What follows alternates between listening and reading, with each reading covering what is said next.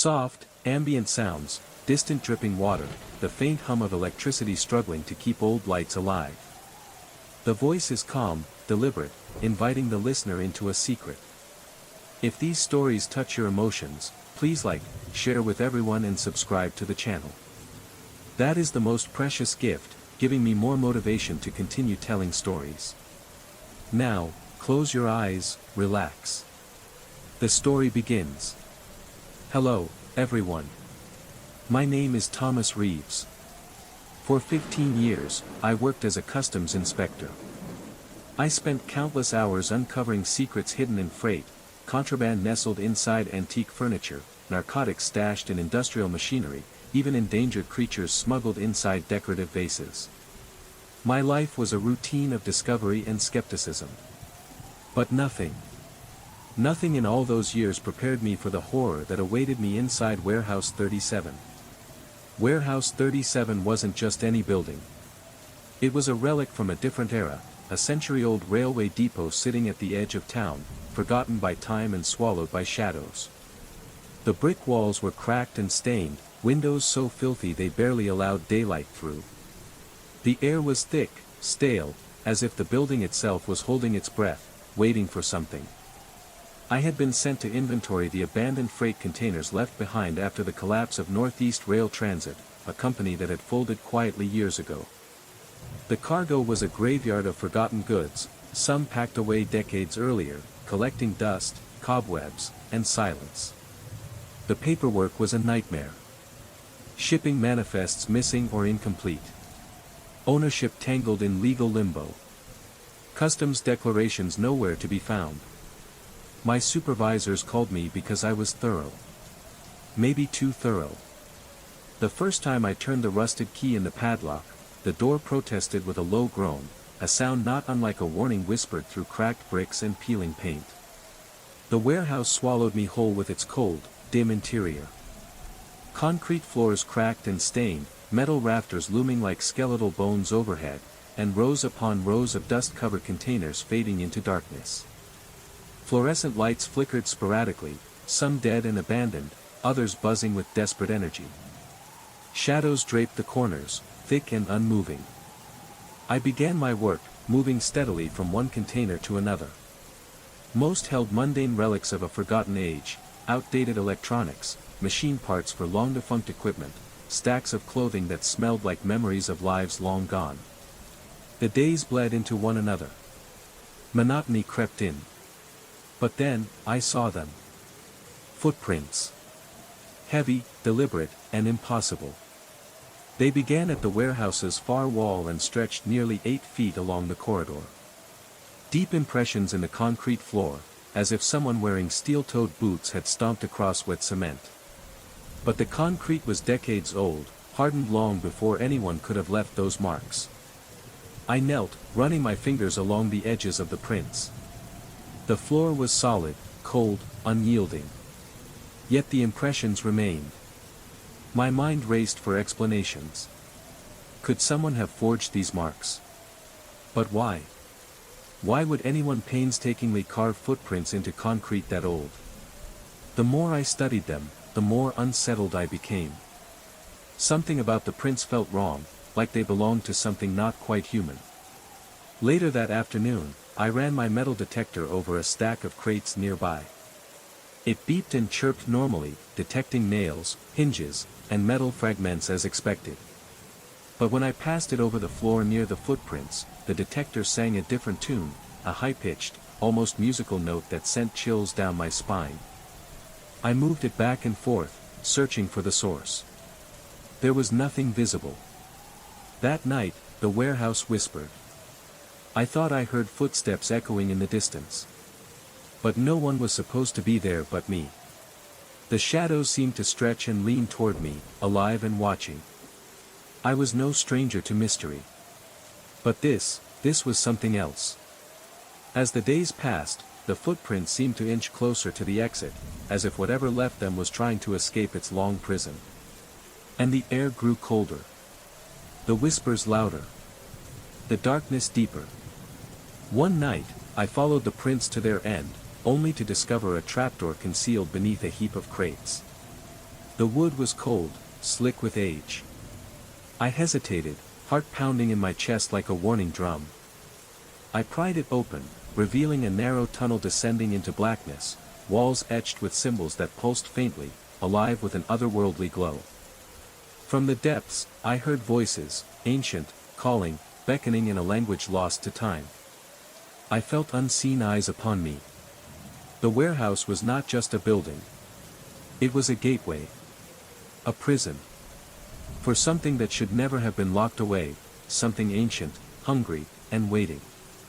And now, it was awake. Pause. Breath deepens. I'm telling you this not just as a story, but as a warning. Some doors, once opened, can never be closed. And some footprints, will never fade. The strange, almost melodic tone seemed to cling to the footprints, trailing just beyond where my eyes could see, marking a path invisible to me. I knelt down, pressing my ear gently against the cold, unforgiving concrete. That's when I heard it, a faint, rhythmic jingling, like a cluster of keys softly tapping together, or tiny metal objects knocking in cadence. The sound didn't come from above or around me, it seemed to rise from within the very floor itself. Curious and unsettled, I tapped the concrete with my knuckles, then struck it harder with the handle of my screwdriver. The floor remained solid, utterly unyielding beneath my blows. Yet the jingling persisted, untouched and unfazed by my attempts to silence it. A cold shiver crawled down my spine as the sounds began to shift, moving slowly and methodically along what I now realized was an invisible extension of the footprint trail. Stumbling back, my heart hammered painfully against my ribs. Sweat slicked my palms, and my breath came faster, uneven. For the first time in my career, a raw, primal urge to flee gripped me, the kind of dread no logic could explain. Still, I forced myself to stay. I packed up early that day, convincing myself it was all nonsense. The next morning, I would return with better tools, ground-penetrating radar, maybe an ultrasonic sensor, to reveal what hid beneath the concrete surface. That night, the jingling keys haunted my mind. No matter how I tried to sleep, the sound echoed relentlessly inside my head, phantom clinks that pulled me back toward the warehouse. At dawn, coffee in hand, equipment strapped to my back, I unlocked the door once more. Determined, I stepped inside with a resolve to confront the mystery scientifically. But all my careful planning shattered the moment I reached the central corridor. The footprints had moved. Each deep impression had shifted roughly 3 inches closer to the exit than the day before. I froze, the coffee spilling unnoticed from my trembling hand. My mouth went dry, thick as cotton. A dizzy wave crashed over me, blurring the edges of the world. The warehouse had been locked tight when I arrived. The rusted padlock remained intact. No one else possessed a key. No one could have tampered with the floor overnight. Yet there it was, the same footprints, unmistakably repositioned. I forced myself forward, kneeling beside the prints with my camera. The impressions were flawless, identical to the day prior, but undeniably moved. I slipped my hand into one of the footprints, feeling its perfect, chilling contour. That's when I noticed it, small, spiderweb-like cracks radiating from each depression, fractures in the concrete as if it had been crushed beneath unimaginable weight. My metal detector confirmed what I already feared, the jingling sounds had shifted too, aligned with the new position of the prints. But the noise had changed. Louder now, clearer, a metallic clatter not of keys, but chains, links striking each other with each invisible step. Throughout the day, I avoided the corridor, focusing on other cargo. But my concentration fractured again and again, dragged back toward those impossible marks. At times, I thought I heard the jingling echo from the farthest corners of the warehouse. But when I stopped to listen, silence swallowed the sound. That night, sleep eluded me as I dug into the warehouse's history. Construction had started in 1922 and finished in 1924. The original railway company folded in 1931, swallowed by the Great Depression. Nothing unusual, until I found an old newspaper clipping from 1953. It told of an industrial accident, a railway worker caught between two cargo containers, crushed so violently his legs were severed. He'd worn heavy work boots with metal cleats, and carried the company's master key ring on his belt. Though he survived the accident, the man died years later in a psychiatric hospital. The article included a photograph of the man. Behind him, partially visible on a warehouse wall, was a painted sign, Storage Area 37. I didn't sleep that night. My mind churned with thoughts of limbs amputated yet somehow still present, phantom sensations given form, enough to leave footprints pressed into solid concrete. I told myself it was absurd, a coincidence born of an overactive imagination. Yet by dawn the next morning, I found myself racing back to Warehouse 37, desperate to see if the footprints had moved again. They had. Another few inches closer to the exit. Over the next week, a pattern emerged. Each morning I arrived to find the footprints repositioned overnight, steadily marching toward the exit door, relentless and unyielding. I calculated their pace. If they kept moving at this rate, they would reach the exit in roughly 3 weeks. The jingling grew louder, too loud to ignore. Now audible without pressing my ear to the floor, the metallic clinks echoed faintly through the stale air. In the periphery of my vision, I thought I glimpsed a dark, low shape dragging itself along the path of the footprints, an indistinct shadow that vanished whenever I tried to look directly at it. My supervisor called, concerned about the inventory's unusual delay. I lied, blaming disorganized paperwork and the sheer volume of cargo. The truth was far more unsettling. I was obsessed, documenting the footprints' movement, measuring the depth of their impressions, recording every subtle jingling note that echoed through the warehouse. My notebooks overflowed with frantic, disordered scribbles. Sleepless nights found me parked in my car outside the warehouse, unwilling to miss a single movement in the darkness. On the 10th night, I resolved to stay inside, hidden behind a stack of crates with a clear view of the corridor. Equipped with a night vision camera, digital audio recorder, and enough coffee to stave off exhaustion, I waited for hours. The warehouse groaned and creaked, alive with the settling of an ancient skeleton. Distant sirens and passing cars punctuated the silence. My eyelids grew heavy despite the caffeine's sting. At exactly 3:17 a.m., according to my watch, the temperature plummeted. My breath frosted before me, a bone-deep chill seeping through every fiber of my being. The jingling erupted louder than ever, filling the air with its haunting rhythm. Through the night vision camera's eerie green glow, I watched the empty corridor. The footprints remained motionless on the screen, until the concrete around the last impression began to ripple, as if liquid beneath my disbelieving eyes. The depression shifted backward several centimeters before the concrete snapped solid again. My hands trembled uncontrollably, turning the footage into a blur. Pressed against the crates, heart hammering like a war drum, I feared my own pulse might betray my hiding place. There was nothing visible in the corridor. Yet I knew with an absolute certainty, I was not alone. A scraping sound drew my gaze to the wall where the footprints began. The brick surface bulged outward, as if something pressed from within. The bulge shaped itself into a hand, fingers splayed, palm flat against the brick. Then, impossibly, the hand sank into the solid wall, carving a perfect negative imprint. Fear shattered my resolve. I abandoned my equipment, fumbling with the keys as the jingling grew louder, chasing me. I didn't stop running until I reached my car. And I didn't stop driving until I was safely home, doors locked, every light blazing. I called in sick the next day and the day after. My supervisor sent a colleague to check on me. I refused to answer the door, shouting through it that I had the flu and needed to be left alone. Facing the threat of losing my job, I returned. The warehouse awaited me, unchanged and waiting. I hoped the footprints had vanished, that my mind had cracked under pressure. But they were still there, closer than ever, only about 10 feet from the exit. Now, what choice did I have? I resumed my work, cataloging crates and boxes, keeping a wary distance from the corridor.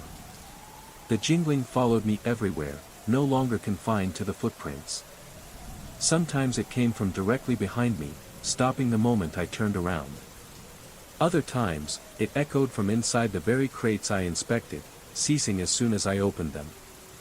3 nights ago, the footprints finally reached the exit door. That morning, I arrived to find the last impression half embedded in the concrete threshold, etched like a scar on the barrier between the warehouse and the outside world. The door itself had changed. What was once rusted metal now bore a strange, hand-shaped depression at its center, as if something had pushed against it with unimaginable force, desperate to break free. Today, I submitted my final report. The inventory was complete, though I admit I rushed through the last section, and errors likely slipped in. My supervisor seemed satisfied but noted I looked unwell, suggesting I take some vacation. I nodded, barely hearing him.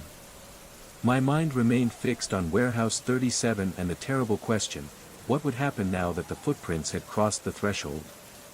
Tonight, as I write this, I keep glancing nervously toward my apartment door. Twice now, I've heard the faint jingling of keys echoing softly in the hallway outside. And on my way home, I noticed something unsettling, an impression in the sidewalk concrete, roughly the shape and size of a work boot, sunken slightly below the surface. I'm leaving town tomorrow. I don't know where I'm going, only that I must put as much distance as possible between myself and Warehouse 37, between myself and whatever followed those footprints out the exit door. Because I know with terrible certainty, it's not confined to that building anymore. And it knows exactly where I live. Story 2 begins. The first note struck me like a physical blow, a hollow, discordant sound that lingered long after the hammer retreated from the strings. Something was deeply wrong with this piano, not a mere mechanical fault, nor simple wear from age. I've tuned instruments for over 23 years, and never before has a single note sent a chill down my spine. But this pianoforte, the ancient, ornate beast crouched in the corner of the dim parlor, didn't just play the note. It seemed to breathe it, exhale it, as if alive. And when the sound finally faded, the silence that followed was worse, thick, suffocating. My name is Thomas Hargrove. I restore pianos. Historical instruments are my specialty, the older and more complex, the better. That's why Robert Blackwood contacted me about the 1860 Broadwood piano forte he'd inherited with Elmwood Estate, a Victorian mansion perched high in the mist-cloaked mountains where the fog never lifts. He'd offered triple my usual fee, plus accommodations for the week it would take. A generous offer for a piano likely untouched for decades, possibly a century. It must be perfect, Blackwood insisted over the phone, voice tight and urgent. The previous owner was very particular. It must be restored exactly as it was. I should have asked more questions. Should have pressed him on the piano's history, on why he was so desperate for it to work again. But the money was too good, and my curiosity about such a rare model drowned my caution. The mansion emerged as I drove the last winding stretch, a looming shadow against twilight, all sharp angles and peeling paint, windows like vacant, watching eyes. Blackwood greeted me at the door, a tall, gaunt man with pale blue eyes that seemed to look through me rather than at me. He spoke little as he led me through the cavernous entryway, past faded portraits of stern-faced ancestors whose eyes seemed to follow every step across threadbare carpets. "The piano is in there," he said, gesturing toward double doors at the end of a long, dim hallway. "I've prepared a room for you upstairs. I'll be away on business until tomorrow evening. Please don't disturb anything else in the house." Before I could ask any questions, he was gone, his footsteps echoing down the hall until the heavy front door slammed shut behind him. Alone in the mansion, a flutter of unease stirred in my stomach, a premonition that the house was far more than just old wood and stone. I pushed my unease aside. There was work to be done. The parlor was like a frozen moment in time, heavy velvet drapes hung thick and unmoving, ornate furniture draped in ghostly white sheets, and in the corner by the tall, grimy windows stood the pianoforte. Despite its decay, it was magnificent, rich mahogany carved with delicate, twisting patterns, brass pedals and filigree gleaming dimly in the fading light. 7 unlit candles rested on its closed lid, arranged in a perfect semicircle. I didn't dare touch them. Setting up my portable work lamp, I began the initial assessment. The keys were yellowed with age, some cracked, others missing entirely. The strings were rusted, many snapped or frayed. Felt hammers were moth-eaten, brittle as dry leaves. It would be a challenge, one I'd faced many times before, but still, a challenge. When I pressed the first key, expecting a dull, lifeless thud, I was startled by a soft hiss, a breath, almost, exhaled from the very instrument. A chill breeze seemed to seep out from between the keys, causing the flames of my lamp to flicker erratically. Leaning closer to inspect the action mechanism, I noticed the candles on the lid trembling slightly, as if stirred by an unseen draft. But the room was sealed tight, no breeze should have been there. I worked late into the night, past midnight, removing the key slip to access the complex action beneath. Each key I lifted felt unnaturally cold, more like carved ice than ivory. By the time I called it quits, my fingers were numb despite the small space heater I'd set nearby. My room was on the 3rd floor, a sparse chamber with a narrow bed and a small writing desk. I fell into an uneasy sleep, haunted by dreams of cascading scales, invisible hands playing impossible melodies. I woke before dawn, soaked in sweat despite the cold. Something had pulled me from sleep, perhaps a sound, though the house was silent now. Dressing quickly, I returned to the parlor, drawn by a sense of urgency I couldn't explain. The pianoforte waited in the pale morning light, almost predatory in the shadows. Resuming work, I carefully removed the rusted strings, replacing them one by one. Each string responded oddly, not with the gradual pitch changes I expected, but sudden leaps to perfect tuning, as if guided by an invisible hand. After tuning, each string vibrated softly on its own for several seconds, sustaining without being struck. Then I heard it, a soft, rhythmic thumping from inside the instrument. Frozen with tuning hammer in hand, I listened. A steady heartbeat pulsed from the soundboard, unmistakable and steady in 4/4 time. I told myself it was just the old wood settling, or perhaps pipes vibrating somewhere in the walls. But when I placed my hand on the pianoforte side, I felt it clearly, a warm, organic pulse beneath the cold polished wood.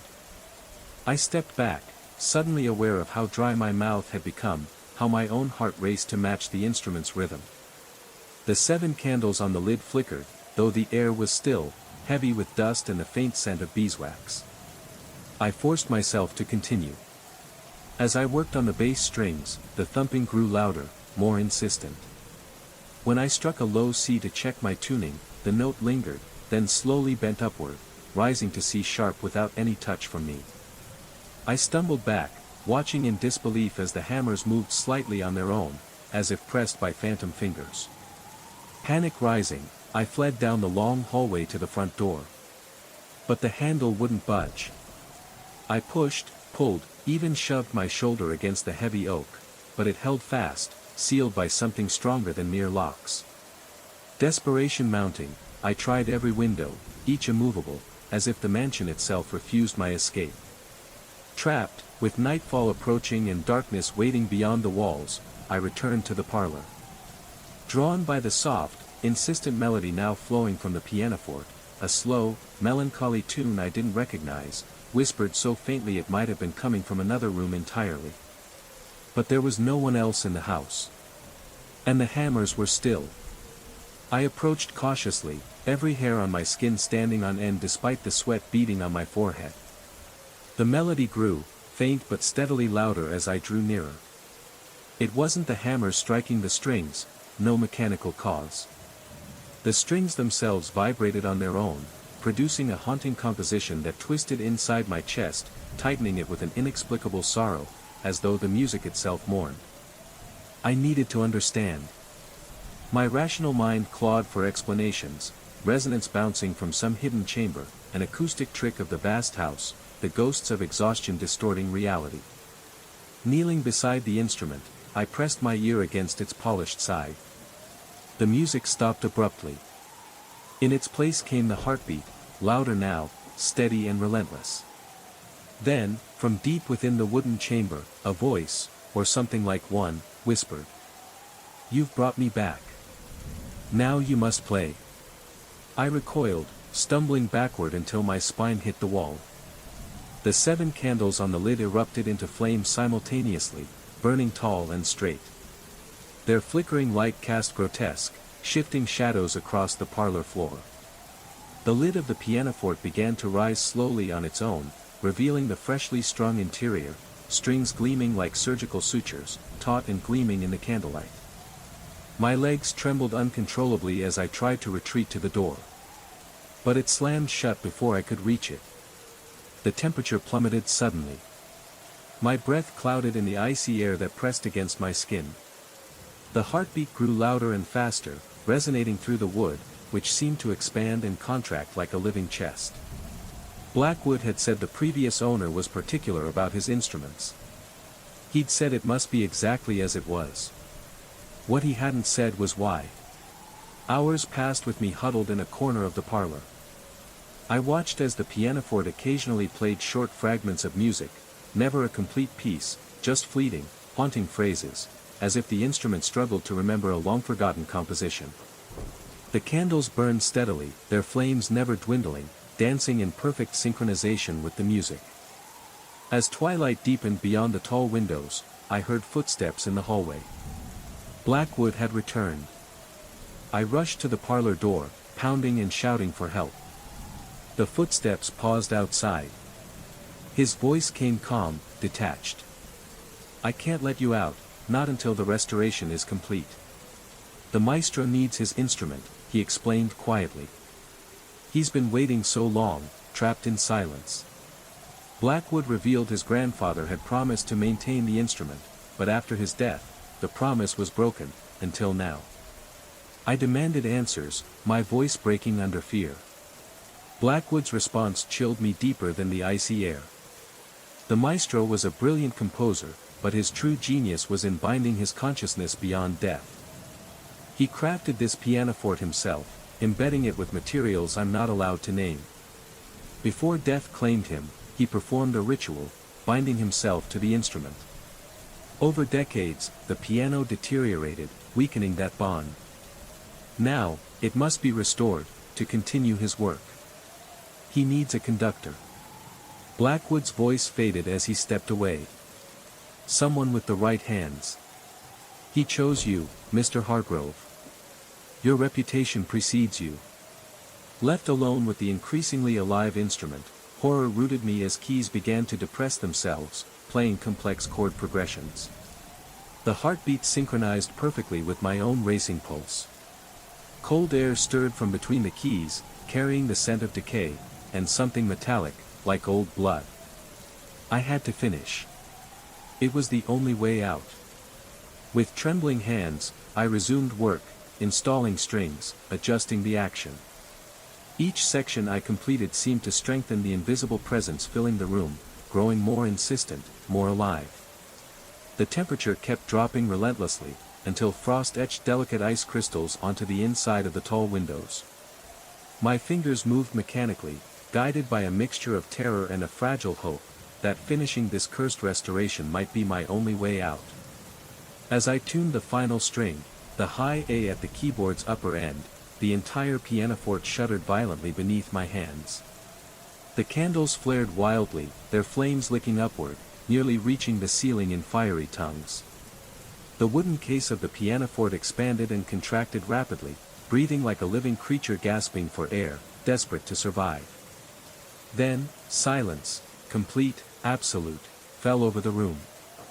In that heavy silence, I felt a presence behind me. Turning slowly, half expecting some ghastly form to materialize, I found nothing visible, only the air itself displaced, the shadows thickening with a human shape unseen. The keys began to move again, playing a complex, hauntingly beautiful piece I'd never heard before. The invisible presence shifted beside me, its cold weight settling on my shoulder like a heavy hand. The voice came again, from within the pianoforte, clearer now. "Sit. Play with me." I found myself moving toward the bench, heart hammering. My hands hovered over the keys, trembling uncontrollably. The cold pressure guided my right hand down, pressing my fingers into a simple melody. The left hand followed, weaving harmony beneath the notes. I was no longer playing, it was playing through me, using my fingers as conduits for something far older and darker. A cold, ancient consciousness seeped into my mind like water soaking parched earth. Memories not my own flashed behind my eyes, concert halls in grand European cities, candlelit manuscripts scrawled with music, and dark rituals performed in the shadow of death. With every ounce of will left, I fought back, trying to wrench my hands from the keys. The pressure on my shoulders tightened, becoming agonizing. The voice hissed directly in my mind, not from the instrument but inside my own head. We will make music that lasts forever. Your hands are mine now. Desperate, I slammed the keyboard lid down hard, crushing my own fingers beneath its weight. The pain was excruciating, a fiery blaze, but it shattered the entity's hold on me, loosening its grip on my mind. I staggered away from the bench, gasping for breath. The candles extinguished simultaneously, plunging the room into a darkness only pierced by pale moonlight filtering through the windows. In that fleeting moment of freedom, clarity dawned. I needed to undo what I had done. This wasn't about completing the restoration. It was about reversing it. With my uninjured hand, I snatched wire cutters from my tool bag and lunged toward the pianoforte. The invisible force slammed me against the wall with brutal strength, but I fought back through the pressure, crawling inch by inch to the instrument. The heartbeat within the piano grew erratic, wild, frantic. With terror-fueled strength, I tore at the strings I'd so carefully installed, severing them one by one. Each snapped string screamed a high-pitched, wail-like wail that pierced the air. The room's temperature twisted wildly, from freezing cold to stifling heat in cruel alternation. The invisible presence thrashed violently, overturning furniture and shattering windows in a chaotic fury. I kept cutting despite bleeding, despite the agony in my crushed fingers. Each broken string seemed to drain the entity's power. The heartbeat faltered, grew faint, then irregular. When I severed the final string, the high A I had just tuned, an unearthly howl tore through the room. A sound of pure despair and rage that made me curl into a ball, covering my ears. The pianoforte gave one last violent shudder before splitting down the middle, its wooden case cracking open like a rib cage torn apart. Silence fell again. But this time, it was different. Normal. Natural. The unnatural chill lifted. The parlor door swung open slowly on its own. Cradling my injured hand, I stumbled out into the hallway, free at last. The front door stood wide open, revealing the inky night sky beyond. I didn't stop to gather my tools or belongings. I ran, heart pounding, down the winding mountain road, headlights slicing through thick, creeping fog. I never returned to Elmwood. Never answered Blackwood's increasingly threatening calls. Never collected the fee. My crushed fingers healed, but never quite right. My career as a piano tuner was over. I can't bring myself to touch a keyboard anymore. I can't even bear to hear piano music on the radio. Sometimes, as I drift toward sleep, faint notes creep in at the edge of my consciousness. Fragments of a composition so achingly beautiful, it makes my heart ache. And beneath those notes, always, a faint heartbeat in perfect April 4th time. I wake gasping, fingers moving of their own accord, as if playing invisible keys.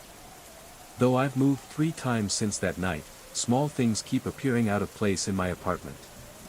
A book shifted from where I left it. A chair turned slightly. Most disturbing, my alarm clock occasionally resets itself to ring at exactly 4:44 a.m. I don't own a piano. But sometimes, in the stillness of night, I swear I hear one being tuned. Story 3 begins. The first time I heard the ocean inside my office, I was already too late. The cylinder had chosen me, not the other way around. What flows from water to paper to mind cannot be undone. Some maps aren't meant to be read. They are meant to read you. The package arrived on a Tuesday, unremarkable except for its lack of a return address.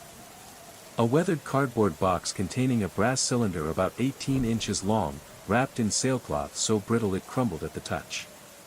There was no note, only an envelope with a deed of gift, transferring ownership to me. Benjamin Harlow, Senior Cartographer at Northwestern Geographical Institute. The signature was a precise, spidery scroll that spelled Ethorn Collector. Nothing more. I specialize in historical oceanic cartography. My office walls are lined with antique projections of the Pacific, forgotten shipping routes and islands swallowed by rising seas. This cylinder seemed like just another artifact to catalog, until I opened it. The brass cap resisted at first, then gave way with a peculiar sigh that raised hairs on my forearms. Beneath it, a seal unlike any I'd encountered, a transparent disc that caught the light like frozen water, thin enough to reveal yellowed parchment beneath. Not wax. Not resin. Something with the refraction of glass and fluidity of water, suspended in time. When I pressed my fingernail against it, it yielded slightly, then sprang back. My colleague Marcus poked his head in, asking about a symposium deadline. I barely registered his words, fixated on the impossible seal. After Marcus left, I used a brass letter opener to work under the edge of the disc.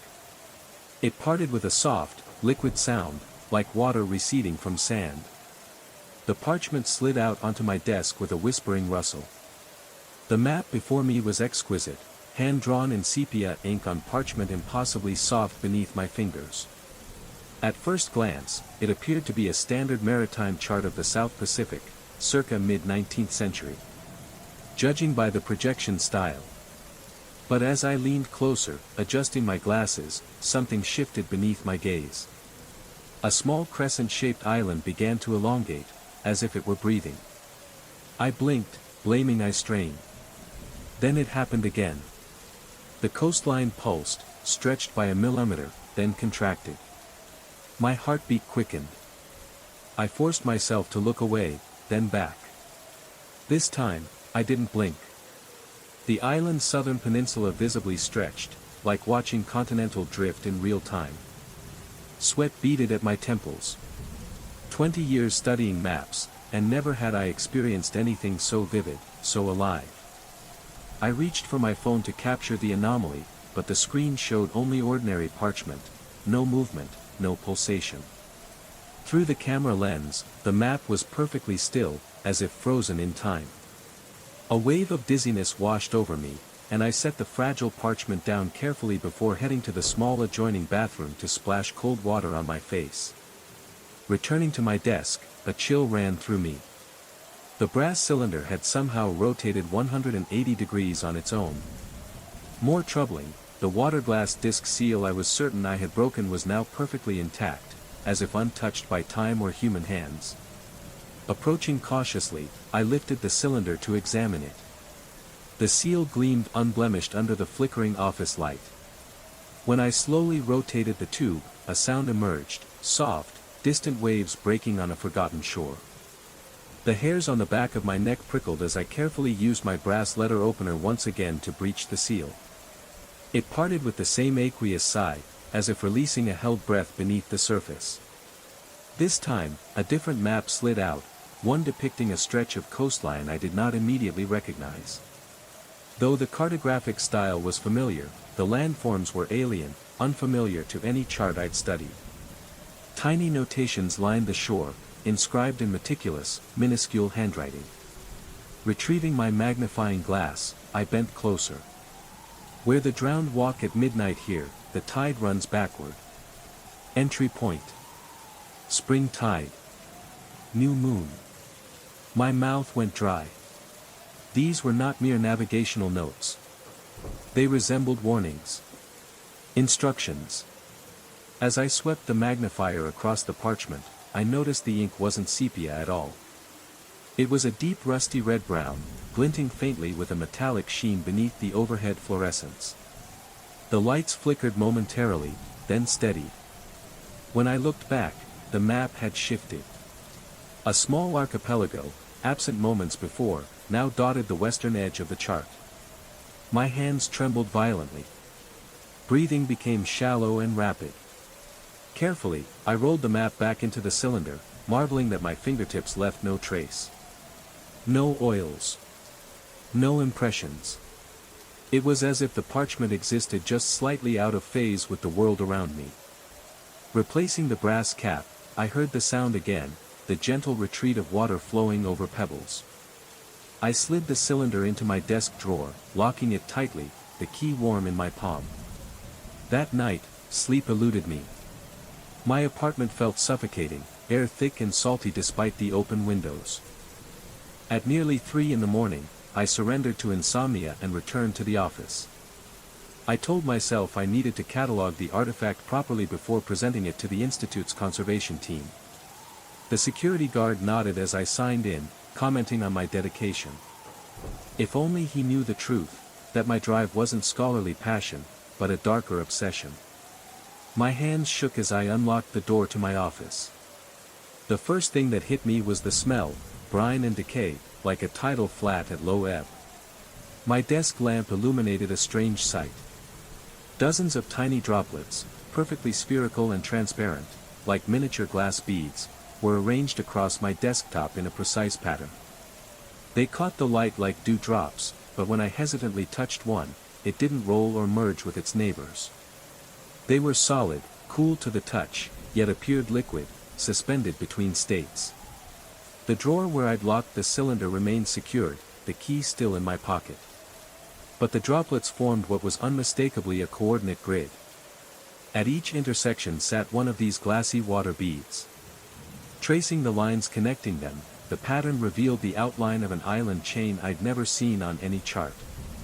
My breath fogged the chilled air as I measured distances between the droplets with a ruler. Converting to a standard Mercator projection, I plotted the coordinates on my computer.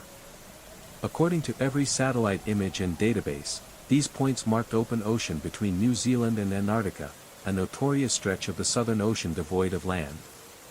Yet the pattern was unmistakable. Familiar. It matched the archipelago that had appeared on the second map, the one that hadn't been there initially. That's when I heard it, an unmistakable rush and retreat of waves, as if the tide were ebbing and flowing just beyond my bookcase. The sound grew louder, more insistent, layered with a whispering that skittered at the edges of comprehension, too faint and elusive to fully grasp, yet undeniably present. I spun around, searching frantically for the source. But the office door was firmly closed, the windows securely latched. The drawer where I'd locked the cylinder rattled violently, the lock turning of its own accord. I stumbled backward as the drawer slid open silently. The cylinder rolled forward, falling to the floor with a heavy thud that seemed to reverberate far longer than physics should allow. The brass cap unscrewed itself before my wide eyes, falling away to reveal the water glass seal glowing with an eerie, pale blue phosphorescence. My legs gave way, and I collapsed into my chair, unable to look away from the unfolding spectacle. The seal dissolved with a soft sigh, releasing the parchment within. The map unrolled across the floor of its own volition, as though alive. This map was different, larger, more detailed, unmistakably depicting a coastline I recognized well, the eastern seaboard of Massachusetts, where I'd grown up. But superimposed over familiar harbors and bays were those strange, impossible islands from the previous maps, as if they existed in the same space but on a different plane of reality. My computer chimed suddenly, jolting me. An automatic email notification from the National Oceanic and Atmospheric Administration. Unusual tidal anomalies reported along the eastern seaboard. The email detailed unprecedented fluctuations in sea level recordings at multiple stations, defying lunar cycles, weather patterns, all known models. The phenomenon had begun exactly 24 hours after the cylinder had arrived on my desk. The room's temperature plummeted once more. I watched in fascination and horror as frost patterns, astonishingly similar to the coastlines on the map, began to form across my computer screen. The whispering grew louder, resolving into words I could almost understand. The gates open. Water finds its level. Maps that draw themselves. My phone rang, its sudden shrillness making me jump. It was Marcus, his voice tense, confused. He asked if I'd seen the news about the coastal anomalies. Before I could answer, he mentioned that the Institute had received inquiries from government agencies searching for historical precedents for such phenomena. Then, hesitantly, he asked if I'd made progress with the cylinder artifact. I hadn't told anyone about the cylinder. Cold sweat drenched my shirt as I fumbled an excuse and ended the call. My gaze drifted back to the map sprawled on the floor. The ink shimmered wetly, as if freshly applied. The archipelago of impossible islands had grown, spreading like a creeping infection across the familiar coastline. I reached out, grabbing the parchment's edge, intending to roll it up and return it to the cylinder. The moment my fingers touched it, a torrent of images flooded my mind. Vast underwater cities with impossible architecture defying Euclidean geometry. Beings that swam fluidly through water and land as if both were one and the same. Countless maps lined the walls of a circular chamber, each depicting a different version of Earth's oceans. My hands came away wet, not with water, but something that refracted light like the seal, like reality itself had liquefied at the point of contact. The droplets clung stubbornly to my fingertips, impossible to wipe away. I staggered toward the bathroom, desperate to wash whatever this was from my skin. But when I turned on the faucet, no water came, only fine gray sand poured endlessly into the sink. In the mirror, my reflection rippled, distorted as if viewed through disturbed water. Back in my office, the map had shifted again. Now it showed my exact location, the institute, my office, even my name, written in the same spidery handwriting. But surrounding the building was no longer Cambridge. It was open water. The impossible islands encircled the structure like silent predators. The sound of waves grew deafening. Water began to seep beneath my door, not flooding in, but rising impossibly from the floor itself, forming a perfectly even layer that spread across the room without touching my shoes. The water rose, an inch deep, then two, but I remained inexplicably dry, standing unmoved in the middle of this impossible tide. It wasn't a physical presence but a medium, a shimmering translation layer between realities. In that sudden clarity, I understood what the cylinder truly was, not merely a container of maps, but a key. A tool capable of shifting the very geography of existence. The cartographer does not simply record the world. He helps define it. These maps were not representations but alterations, each subtly reshaping the fundamental balance between land and sea. The cylinder rolled across the floor and came to rest against my foot. The water glass seal had reformed again, glowing with an intensifying, eerie light. My hands moved on their own, lifting the cylinder, feeling its impossible weight. In perfect clarity, I faced a choice. Break the seal once more and unleash the shifting reality, or... I glanced at my computer screen, now displaying satellite images of the eastern coastline. Meteorologists were baffled by pressure systems defying all known physics. Coastal communities reported tides that came in but never receded. With trembling hands, I raised the cylinder above my head and brought it crashing down against the edge of my desk. The brass dented but held firm. Again and again I struck it, breath ragged and wild. On the seventh blow, a crack appeared, splitting the cylinder lengthwise. The water beneath my feet surged violently, splashing up my knees, yet I remained dry, untouched by its impossible reach. From the fissure spilled not parchment, but pure, blinding light. The whispering voices swelled to a crescendo, a maddening symphony of rage or sorrow, I could not tell. My ears popped painfully, as if plunged to crushing ocean depths, then, silence. Complete. Absolute. When my vision cleared, my office was dry. The cylinder lay broken and empty on the floor. The maps and glass droplets, all vanished. Only a faint scent of salt lingered in the air.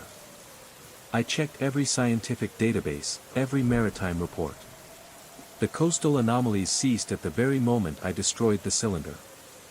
No trace of the impossible islands remained, at least, none in any conventional record. But my dreams are now haunted by underwater spires and impossible, non-Euclidean architecture. When I shower, the water forms fleeting patterns on the tiles, coastlines I've never seen. And sometimes, in the corner of my eye, I catch glimpses of transparent droplets forming coordinates on my desk. Most disturbing, scars on my hands from breaking the cylinder weep not blood, but clear fluid that hardens into glass like beads. Each night, the sound of waves grows louder in my apartment, though I live 30 miles inland. The cylinder may be destroyed, but I fear the key has merged with the key master. I have begun compulsively drawing my own maps. Maps of places that cannot exist. And somewhere deep in the back of my mind, a whisper grows clearer day by day.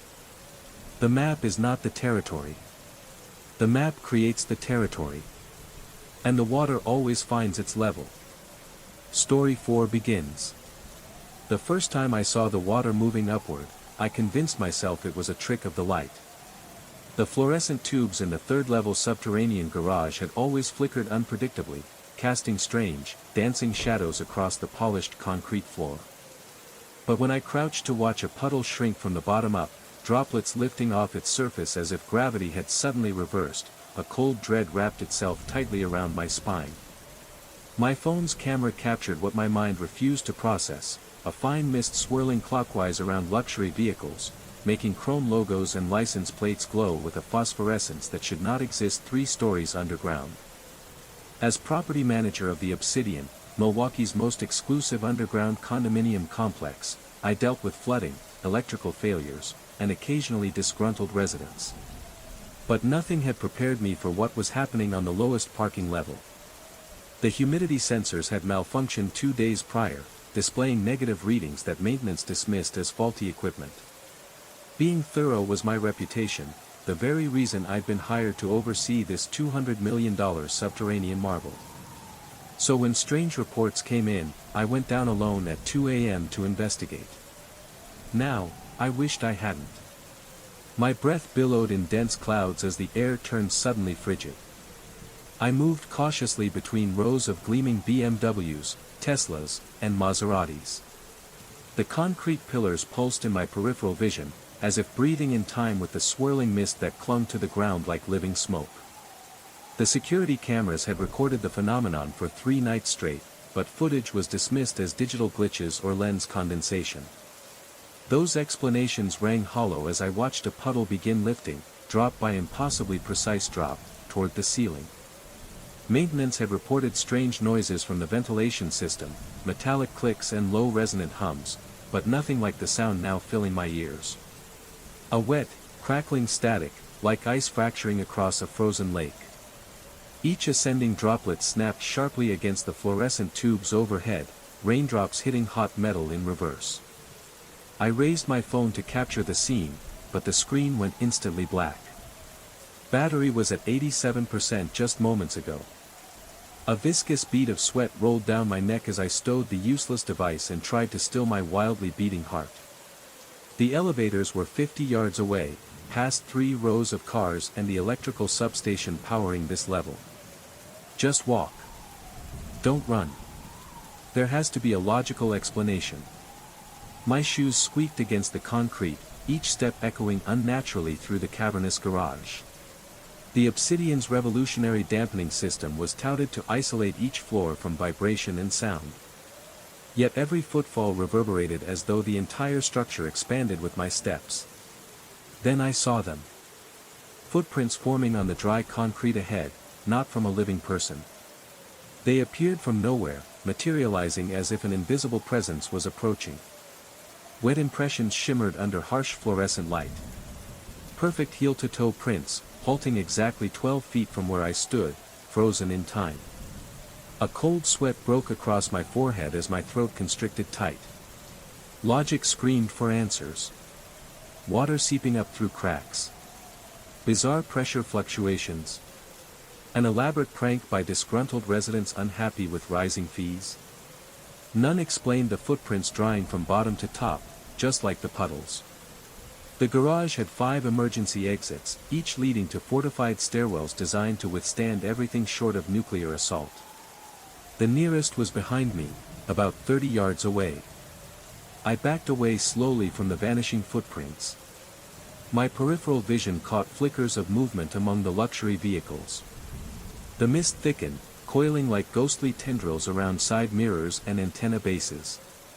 Each car sat in its own swirling vapor cocoon, logos and license plates glowing with unnatural intensity. A Mercedes emblem pulsed like a tiny blue star, its light reflecting off rising droplets beneath it. The rhythmic glow seemed to match my racing pulse, or perhaps my heart had synchronized without me knowing. Dizzy and unsteady, I steadied myself against a concrete pillar, jerking my hand away when I felt it vibrate faintly, alive with a subtle current. The Obsidian had been marketed as the future of luxury living, a refuge for the wealthy amid Milwaukee's escalating climate chaos. 3 underground levels promised isolation from the outside world's chaos. But what if we had dug too deep? What if we had broken a seal that should never have been disturbed? The developers were oddly vague about what had occupied the site before construction. Old newspaper archives hinted at a research facility once operating here in the 1970s, but details were frustratingly scarce, shrouded in silence or deliberate erasure. Our geological surveys had revealed unusual mineral deposits beneath the site. Nothing overtly dangerous, just anomalous formations demanding special engineering during construction. These thoughts raced through my mind as I edged backward toward the emergency exit, eyes locked on the growing, unnatural phenomenon before me. The droplets multiplying now numbered in the hundreds, lifting simultaneously across the concrete floor. They rose faster, striking the ceiling with audible impacts, discordant percussion that echoed eerily through the cavernous space. The humidity readout on the wall, which had stubbornly displayed negative values for days, now flashed rapidly through a stream of indecipherable symbols, an alien numerical code I couldn't parse. My back finally collided with the emergency exit's push bar. But the door didn't budge. Spinning, I shoved with all my strength. The metal bar burned my palms with cold that seemed unnatural. The electronic lock glowed green, should have opened, yet the door stood as fixed as if welded shut from the other side. Panic surged, raw and consuming, as I slammed my shoulder repeatedly against the barrier. Each impact sent shockwaves of pain racing down my arm. Behind me, the crackling intensified. Turning, I saw the mist had transformed. No longer content to swirl lazily around individual vehicles, it now flowed between them, twisting into currents and eddies that moved with unsettling intent. The phosphorescent glow expanded beyond metal emblems, outlining entire cars, ghostly duplicates hovering just inches above their solid frames. My mind flickered to recent resident complaints, unexplained power fluctuations, electronics failing mysteriously, persistent low-frequency hums disrupting sleep.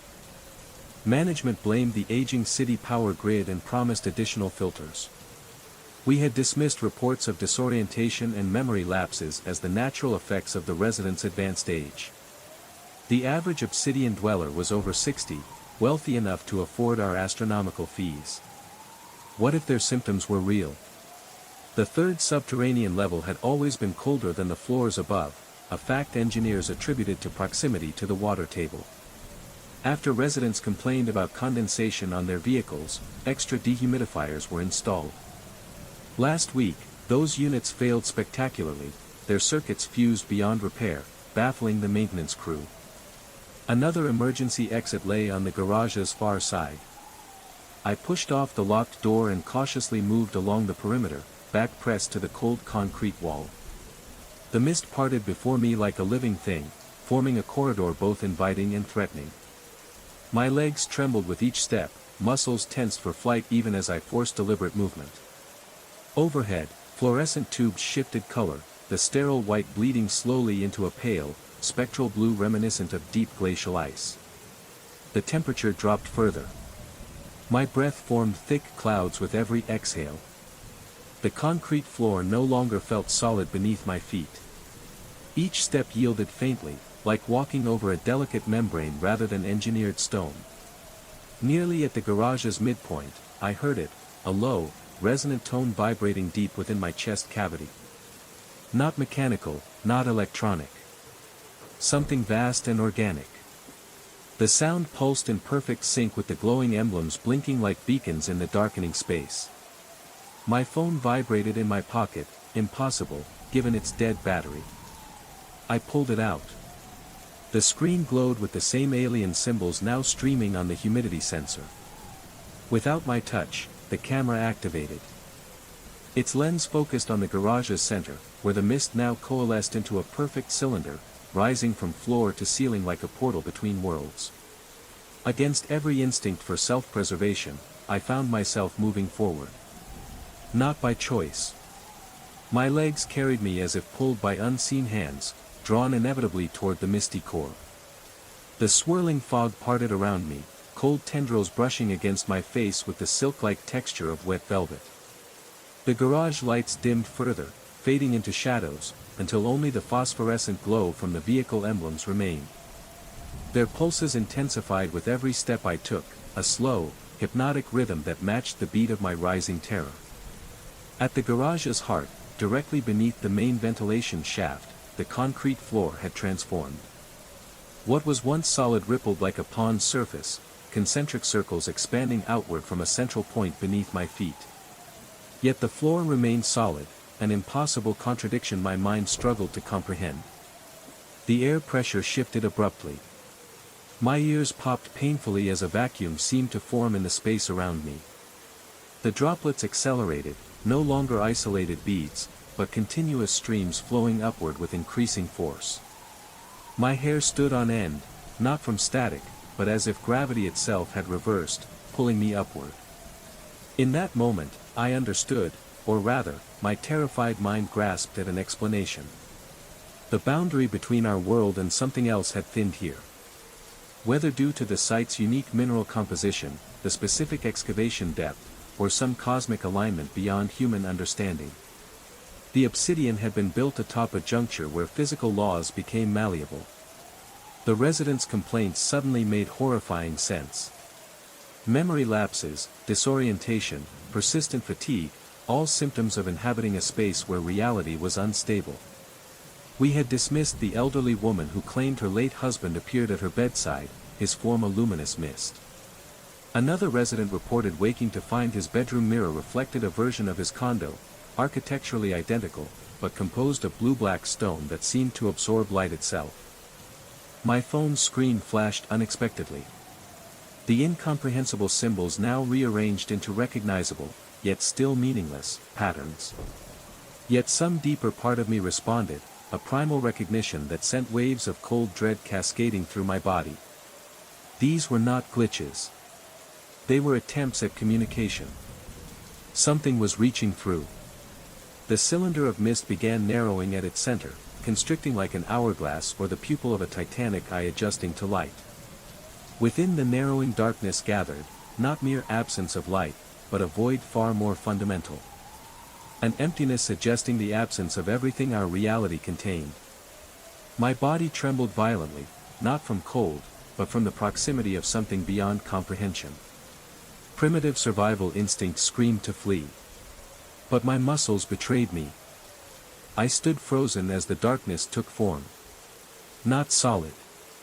Not visible in any true sense. But undeniably present.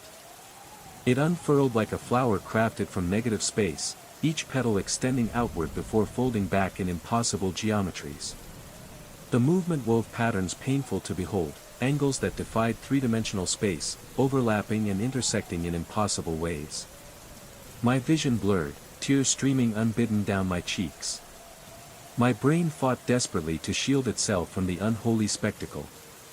Then it spoke, not in words or sound, but as sensations, cold pressures pressing against my thoughts, probing tendrils weaving through memories and emotions with clinical detachment. Images flashed.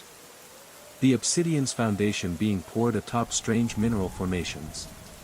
Engineers noting anomalous readings but pressured by investors to proceed. First residents reporting dreams of submersion in glowing blue depths. These were not my memories. They belonged to the building itself, or to whatever had awakened beneath it. The pressure in my mind intensified, sifting through everything I knew about the building's systems. The ventilation shafts connecting all three subterranean levels. Water pipes running through central columns. Electrical conduits forming a tangled grid beneath the concrete floors. Suddenly, a horrifying clarity dawned. I was witnessing an intelligence learning our infrastructure, mapping pathways through which it could spread, invade, and consume. Summoning every ounce of will, I raised my arm trembling, and activated my phone's flash. The harsh LED beam cut through the swirling mist, disrupting its perfect, otherworldly formation for the briefest moment. The oppressive mental pressure receded slightly. The entity recoiled, not from the light itself, but from the sudden intrusion of chaos, the introduction of randomness into its carefully choreographed emergence. Chaos. Disruption. Randomness. These were anathema to whatever was attempting to manifest here. That realization gave me enough freedom to take one faltering step backward, breaking the flawless alignment it had established. The mist swirled in visible agitation. The phosphorescent glow around the vehicles intensified, an angry pulse responding to its thwarted designs.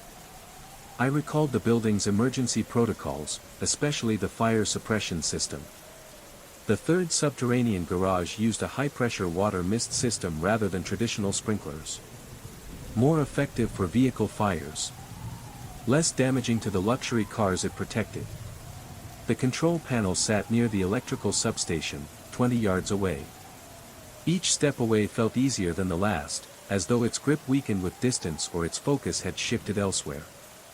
I moved as quickly as my trembling legs allowed, navigating between cars whose emblems now flashed a furious red. The suppression system's control panel required a key, one I carried on my ring as standard procedure. My fingers were numb as I fumbled with the lock, sweat making the key slippery. It slipped twice before I finally inserted it. The panel swung open to reveal a simple interface. System status indicators. And a large red button guarded by a plastic cover. Behind me, the mist collapsed, the towering cylinder unraveling into chaotic swirls expanding rapidly. The darkness at its center stretched and twisted, tendrils reaching toward me with unmistakable intent. Vehicle emblems flashed furious patterns. The logos lifted from the metal, hovering inches above their cars like spectral flames. I flipped the plastic cover open and slammed my palm down on the red button. For a dreadful moment, nothing happened. Then the ceiling erupted with a deafening hiss as thousands of high-pressure nozzles activated simultaneously. A fine water mist cascaded down, natural and obedient to the laws of physics we trusted. The effect was immediate and devastating to the apparition. Where falling droplets met rising streams, bursts of blue-white light sparked like miniature lightning strikes. The mist formation collapsed entirely. The darkness shuddered violently, fracturing into tiny voids that winked out one by one. Phosphorescent glow faded from the vehicle emblems, returning them to mundane metal and plastic. The swirling mist thinned, dissipating into nothing but the fire suppression system's harmless fog. The temperature climbed swiftly, returning to the familiar cool dampness of the garage, far from the bone-deep cold that had haunted it moments before. I stood trembling by the control panel, soaked through as water dripped from my clothes and hair. The cold sweat of terror washed away. My phone screen blinked back to normal. Battery indicator steady at 87%. The humidity sensor read a mundane 68%. The humidity level was high, an expected consequence of the sprinkler's 5-minute cycle, but no longer negative or flashing those incomprehensible symbols. When the water finally ceased its steady fall, I remained motionless, straining to catch any sign the phenomenon persisted. The garage was silent, save for water dripping obediently from cars and ceiling, following gravity's proper command. The fluorescent lights had returned to their usual white glow, illuminating nothing but an empty parking garage and rows of wet luxury vehicles. I knew I should document everything, file detailed reports, perhaps even order a building evacuation pending investigation. The rational part of my mind, the part that earned me this prestigious position, began weaving explanations. A gas leak causing hallucinations, stress-induced perceptual distortions, perhaps even the early stages of a minor stroke affecting my vision and cognition. But deeper down, where primal instincts lie, I understood the truth. The obsidian was built atop a place where the membrane between worlds had grown perilously thin. Our excavation, our presence, our electromagnetic systems, together they created conditions allowing something to cross over. The water, natural, obeying physical laws, had disrupted the entity's attempt to manifest. But for how long? I made my way toward the elevator, each step splashing through puddles firmly rooted to the ground. As the doors slid shut and the car ascended, I noticed small droplets clinging unnaturally to the ceiling, defying gravity in a way some might dismiss as capillary action or surface tension. But I knew better. One droplet detached and slowly rose toward the light fixture, followed by another, then another, rising, rising. Whatever began in the third subterranean level was spreading upward, following the paths I'd unwittingly revealed through my knowledge of the building's infrastructure. It was learning, adapting, finding new ways to bend our reality. The fire suppression system disrupted its manifestation but failed to halt its influence. As Obsidian's property manager, I had access to blueprints, maintenance logs, and resident information. I knew every system, every weakness, every point of potential failure. In trying to understand, I'd given it everything it needed. The elevator chimed softly, doors sliding open to the lobby level. Through glass walls surrounding the Obsidian's atrium, I could see rain falling, normal, natural rain, obeying the fundamental laws of our world. But stepping into the silent lobby, I noticed small puddles forming on the marble floor beneath perfectly dry ceiling tiles. In those puddles, tiny droplets began to rise. Story 5 begins. The first time it happened, I chalked it up to fatigue. The second time, I blamed the dim lighting in my aging eyes. By the third, I couldn't deny it, something was fundamentally wrong with the Bellamy Theater. Or maybe with me. The renovation was barely 2 weeks underway when I first noticed the grand staircase in the central vestibule wasn't behaving like stairs should. Architecture is bound by physics. But here I was, gripping a brass railing that seemed alive beneath my palm, footsteps betrayed by wood that pushed back. I never wanted this job. An interim watchman at a century-old Art Nouveau theater wasn't part of my career plan. But after layoffs at the manufacturing plant and 3 months of unanswered applications, I needed something, anything, to keep creditors at bay. The Bellamy's owners required someone on site overnight while crews renovated the once grand performance hall. A simple arrangement, 12 hours of solitude, a thermos of coffee, rounds every 2 hours to check for broken pipes or signs of intrusion. The pay was modest but immediate. The project manager assured me, waving off concerns and handing over a heavy ring of antique keys that weighed down my pocket. Just keep the vagrants out and make sure nothing catches fire, the project manager had said, dismissing any concerns. Of course, he hadn't mentioned the stairs, the lamps, or the whispers. The Bellamy was once the crown jewel of downtown, opened in 1911 to great acclaim.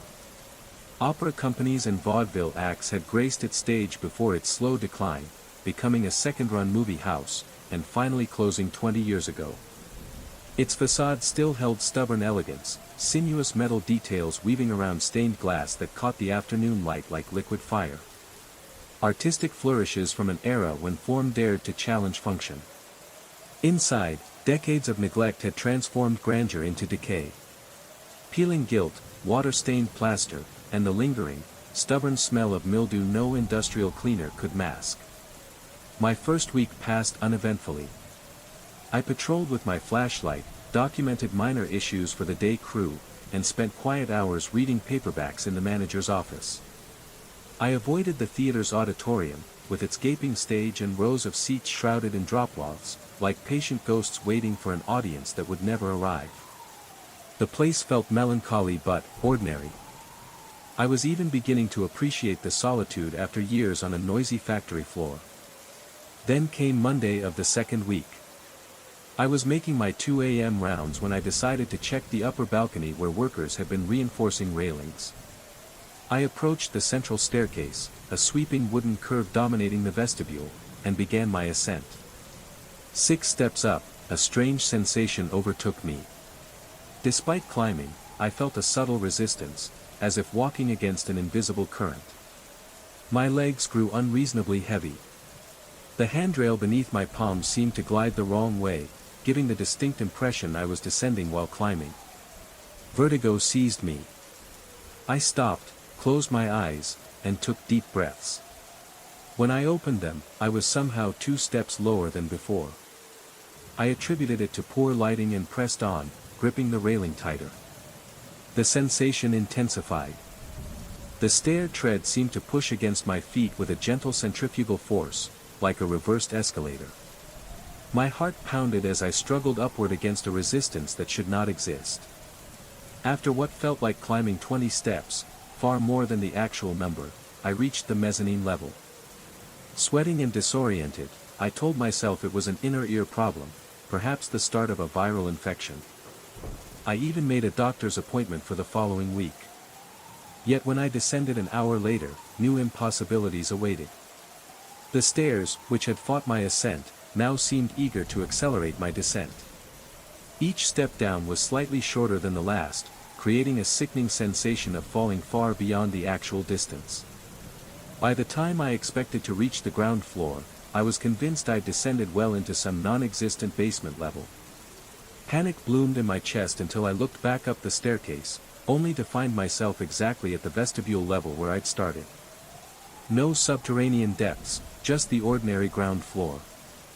I spent the remainder of the shift locked in the office, door bolted tight, convincing myself I'd experienced spatial disorientation due to the building's unusual acoustics and my own exhaustion. Morning came. I said nothing to the workers arriving for the day. What could I say? That the stairs were playing tricks? That the building was somehow spatially wrong? They'd think I was drinking on the job. Tuesday night, I avoided the main staircase entirely. Instead, I used the utility stairs at the building's rear for my rounds. But at midnight, another anomaly demanded my attention. The ornate gas lamps lining the vestibule, long converted to electric but preserving their vintage charm, began to flicker. Though powered off, inside their glass globes, non-existent flames wavered and danced. They cast weak pools of amber light that simply should not be possible. I checked the breaker panels. Every switch controlling the vestibule's lamps was firmly in the off position. Yet when I returned, the phantom illumination persisted, each lamp pulsing gently, as though breathing. I approached one hesitantly. A chill ran through me when my hand detected no warmth through the glass. The light inside flickered like flame, yet it gave off no heat.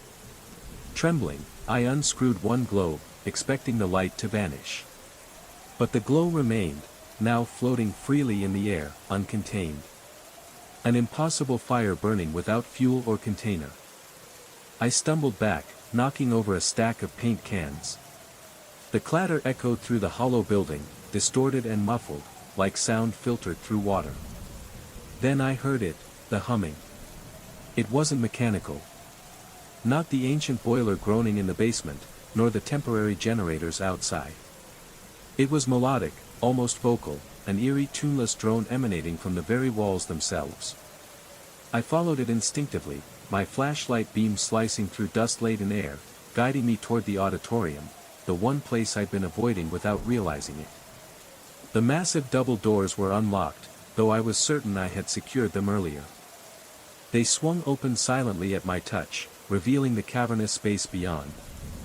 My light seemed swallowed by darkness, illuminating only small patches of seats draped in dropcloths, and the proscenium arch looming above the stage. The humming grew stronger here, vibrating deep in my chest like the bass from colossal speakers.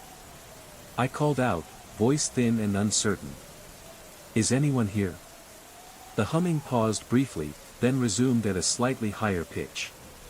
Goosebumps prickled my skin as I moved cautiously down the center aisle. Dust motes swirled in my flashlight beam, dancing like restless spirits. The stage, 8 feet above the floor, stood bare, curtains removed for cleaning, leaving a gaping black void. I noticed something strange, the stage floor subtly undulated, wooden planks rising and falling in gentle waves. I blinked hard, convinced my eyes were deceiving me. When I looked again, the floor was still, but the air above shimmered, as if heated asphalt rippled in summer's haze. The humming localized overhead, drawing my gaze to the domed ceiling. Elaborate plasterwork depicted classical muses, but in my inadequate flashlight beam, their faces appeared grotesquely distorted. Mouths stretched too wide, eyes sunk too deep. One figure, a woman with flowing hair holding what looked like a lyre, seemed to regard me directly, her head tilted at an impossible angle. My rational mind scrambled for explanations: stress, sleep deprivation, maybe mold spores affecting cognition. I backed away slowly, promising myself I'd request a transfer to day shift, citing health concerns if necessary. As I retreated toward the doors, the humming followed, maintaining an eerie, consistent distance behind me. Something brushed my neck. A cobweb, I told myself desperately, not phantom fingers. The next night, I came prepared. A digital recorder, a carbon monoxide detector, and a stubborn determination to capture whatever haunted this place. The project manager denied my transfer request, reminding me condescendingly that night watchmen were scarce for the salary offered. He suggested I bring a radio for company if the silence was too much. I began my shift with systematic inspection, recording baseline readings throughout the building. Carbon monoxide levels remained normal. I photographed the staircase from multiple angles. Careful documentation, for what I was increasingly certain was an anomaly beyond my understanding. At 11:30 p.m., I set the recorder on the bottom step of the main staircase and began climbing. Resistance began immediately, stronger than before. I pushed against it, leaning forward like battling a fierce wind. My breathing grew labored despite the minimal exertion. Halfway up, I froze, caught by a sudden reflection. In the ornate mirror on the landing, my ascending figure appeared to be moving downward. My steps reversed like a badly edited film, unnatural and disorienting. I forced myself onward, sweat soaking my shirt despite the building's perennial chill. At the top, I retrieved my recorder and rewound the tape. The playback captured my footsteps and labored breathing clearly. But beneath those sounds ran another layer, a faint scratching, like phonograph needles on an empty vinyl. Punctuated by what might have been words, but in a language too fragmented and alien for me to recognize. I descended the stairs with eyes closed, counting steps carefully. There should have been exactly 22 treads from mezzanine to ground floor. I counted 37 before my foot touched level ground. When I opened my eyes, I was indeed back at the vestibule. The spatial distortion had resolved into mundane reality once more. My legs trembled, adrenaline coursing through my veins. The gas lamps glowed again, heatless, impossible flames flickering within their glass globes. I approached one and spoke to it, asking aloud what was happening, half expecting a reply, and feeling only partially ridiculous for doing so. The flame elongated toward me like a curious finger before resuming its natural shape. I laughed nervously. The sound echoed back with a subtle dissonance, as if another laugh overlapped mine, milliseconds out of sync. I retreated to the office, seeking refuge, but found none. The room had changed subtly. The desk sat 2 inches farther from the wall than I remembered. The chair was angled differently from when I'd left it. My coffee thermos stood open, though I was certain I'd closed it tight. Small discrepancies, but together, they painted a picture of wrongness. The humming resumed, now accompanied by soft tapping from inside the walls. Not random settling sounds. Rhythmic. Intentional. Pressing my ear against the floral wallpaper, I heard fingernails scraping behind the plaster. When I pulled away, the wallpaper bore a faint indentation, though nothing had visibly pressed against it. I considered leaving, simply walking away and never returning, abandoning the job and my final paycheck. But a strange compulsion kept me rooted, a need to understand what was happening. The project manager had boasted of the theater's storied past when hiring me, famous performances, illustrious careers launched on its stage. He had not mentioned tragedies or accidents, though surely, a building this old had witnessed its share of misfortunes. I wondered what histories lay buried beneath the renovations. What memories remained impressed upon the space like grooves etched into an ancient record. At 3 a.m., I forced myself back to the auditorium, drawn by the hum, now almost musical in its intensity. The doors swung open before I touched them, revealing a transformed space. No actual lights shone, yet the room glowed softly, illumination seeming to emanate from the very walls themselves. The drop cloths were gone from the seats, or so it appeared. Faded red velvet lay beneath, worn yet vibrant. The stage was no longer empty but set with the suggestion of scenery. Translucent flats depicted a grand salon, furnishings like mirages sharpening and fading as I stared. I felt hundreds of eyes upon me, though the seats remained empty. The pressure of observation prickled across my skin as I moved down the aisle. The humming organized into a distant melody, strings and woodwinds, an orchestra heard through thick walls. As I neared the stage, the orchestra swelled. The pit before the stage was open, a dark, rectangular void. From its depths rose music and the subtle scent of grease paint and perfume. Logic urged retreat. Curiosity propelled me forward. I stood at the edge, peering into a blackness that seemed deeper than possible. The music crescendoed, washing over me in a wave of vertigo so intense I had to clutch the back of a seat to stay upright. The pit below seemed to swell, its darkness spreading outward like spilled ink in water.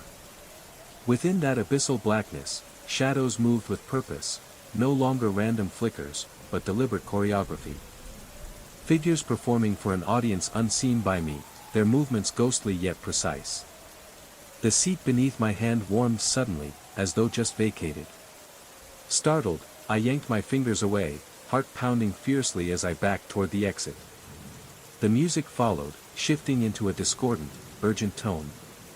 The doors that had opened so easily before now resisted stubbornly, refusing to budge despite my frantic pushing. Trapped, I turned back toward the stage, my flashlight beam struggling against the strange ambient glow. There, where none had stood before, a figure emerged. Indistinct, more suggestion than substance, a human form woven from shadow and refracted light. It made no move toward me but simply watched, its gaze heavy with almost physical pressure. The humming localized to this figure, seeming to emanate from where a mouth might be. I called out, my voice cracking with strain, demanding to know who was there. The figure raised an arm, not to beckon me, but to point toward the wall to my right. There, hidden until now by shadows, stood a small door, a jarred portal I'd never noticed during my rounds. Maintenance access, perhaps, or storage. With the main doors still sealed, it was the only exit. I approached cautiously, torn between fear of the beckoning passage and the watchful presence on stage. The door opened onto a narrow corridor lined with peeling show posters from decades past. A draft pulled from behind me, urging me forward. Mentally mapping the building, I knew this passage should lead to the exterior. But after several turns, I found myself descending a staircase that spiraled gently downward. Unlike the utilitarian service stairs I'd used before, these steps were narrow, with a ceiling low enough to force me to stoop. The walls pressed in tightly on both sides. Unlike the main staircase, these steps did not resist but seemed eager to hasten my descent. Each tread tilted subtly forward, propelling me downward. I ran my hand along the wall for balance, expecting plaster, but feeling something organic. Warm, soft, and slightly yielding beneath my fingers. I yanked my hand away and shone my flashlight on the surface. The wallpaper pattern shifted as I watched, the floral designs elongating and contracting like blooming flowers captured in slow motion. The stairwell ended abruptly at a door identical to the one I'd entered through. Fearful I'd circled back, I hesitated before turning the tarnished brass knob. The door opened onto the vestibule where my night's journey began, but the space felt subtly altered. I saw it through warped glass, the ceiling too high, the walls curved where they should be straight. The gas lamps burned brighter, their impossible flames casting long shadows that moved independently of their sources. The main staircase dominated the space as always, but now seemed crafted from something other than wood. Reflective and mutable, it caught the lamplight and swirled with impossible colors beneath its surface. As I watched, the steps rippled like disturbed water before settling back into solid form. I thought I understood then, though perhaps I only thought I did. The Bellamy wasn't merely a building. It was a threshold. The renovations had disturbed something. Awakened something. Or perhaps had thinned the barrier between what was and what might be. The theater existed in multiple states simultaneously, past and present overlaid, potential futures bleeding through worn spots in reality. The humming returned, resolving into whispered words, just below the edge of comprehension. Almost English, but vowels were wrong, consonants stretched unnaturally. From the corner of my eye, I caught movement on the stairs. The suggestion of figures ascending and descending the stairs simultaneously hovered in my vision, temporal echoes of everyone who had ever walked those steps. Among them, nearly transparent but growing more solid as I focused, was a figure I recognized with sickening clarity, myself. Moving endlessly up and down the staircase, trapped in a looping repetition. My doppelganger turned to face me, its expression mirroring my own horror. Our eyes locked across impossible distance. For a moment, the theater seemed to hold its breath. The humming ceased. Phantom flames froze mid-flicker. Time itself suspended between one heartbeat and the next. Then reality convulsed violently. Architectural space folded in on itself like origami. Angles that should never connect became suddenly adjacent, warping the fabric of the building. I found myself sprawled on the stairs, not standing, though I had no memory of falling. Above me, my double looked down, not with fear, but pity, before dissolving into shadows. The staircase shuddered beneath me, the steps flattening and reforming. The handrail flowed like liquid before re-solidifying. I scrambled to my feet and descended in a controlled fall. No longer caring about impossible physics or spatial distortions. Driven purely by primal instinct, I hit the vestibule floor running. I didn't stop until I burst through the front doors into the blessed normality of the street. Dawn was breaking, painting the city in comforting grays and blues. I gulped cold morning air, hands on knees, as a passing jogger shot me a curious glance. Behind me, the Bellamy's facade stood silent and ordinary.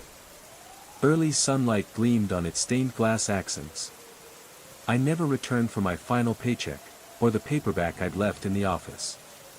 When the theater reopened 6 months later after renovations, I avoided the gala celebration despite extensive local media coverage. The project manager left 2 voicemails asking about my abrupt departure. Then silence. Life moved on. I found factory work 2 towns over. But sometimes, as I fall asleep, I hear that humming, distant but distinct. And in my bathroom mirror, if I glance too quickly, I catch my reflection moving a half second after I've stopped. In those moments, I realize I didn't truly escape.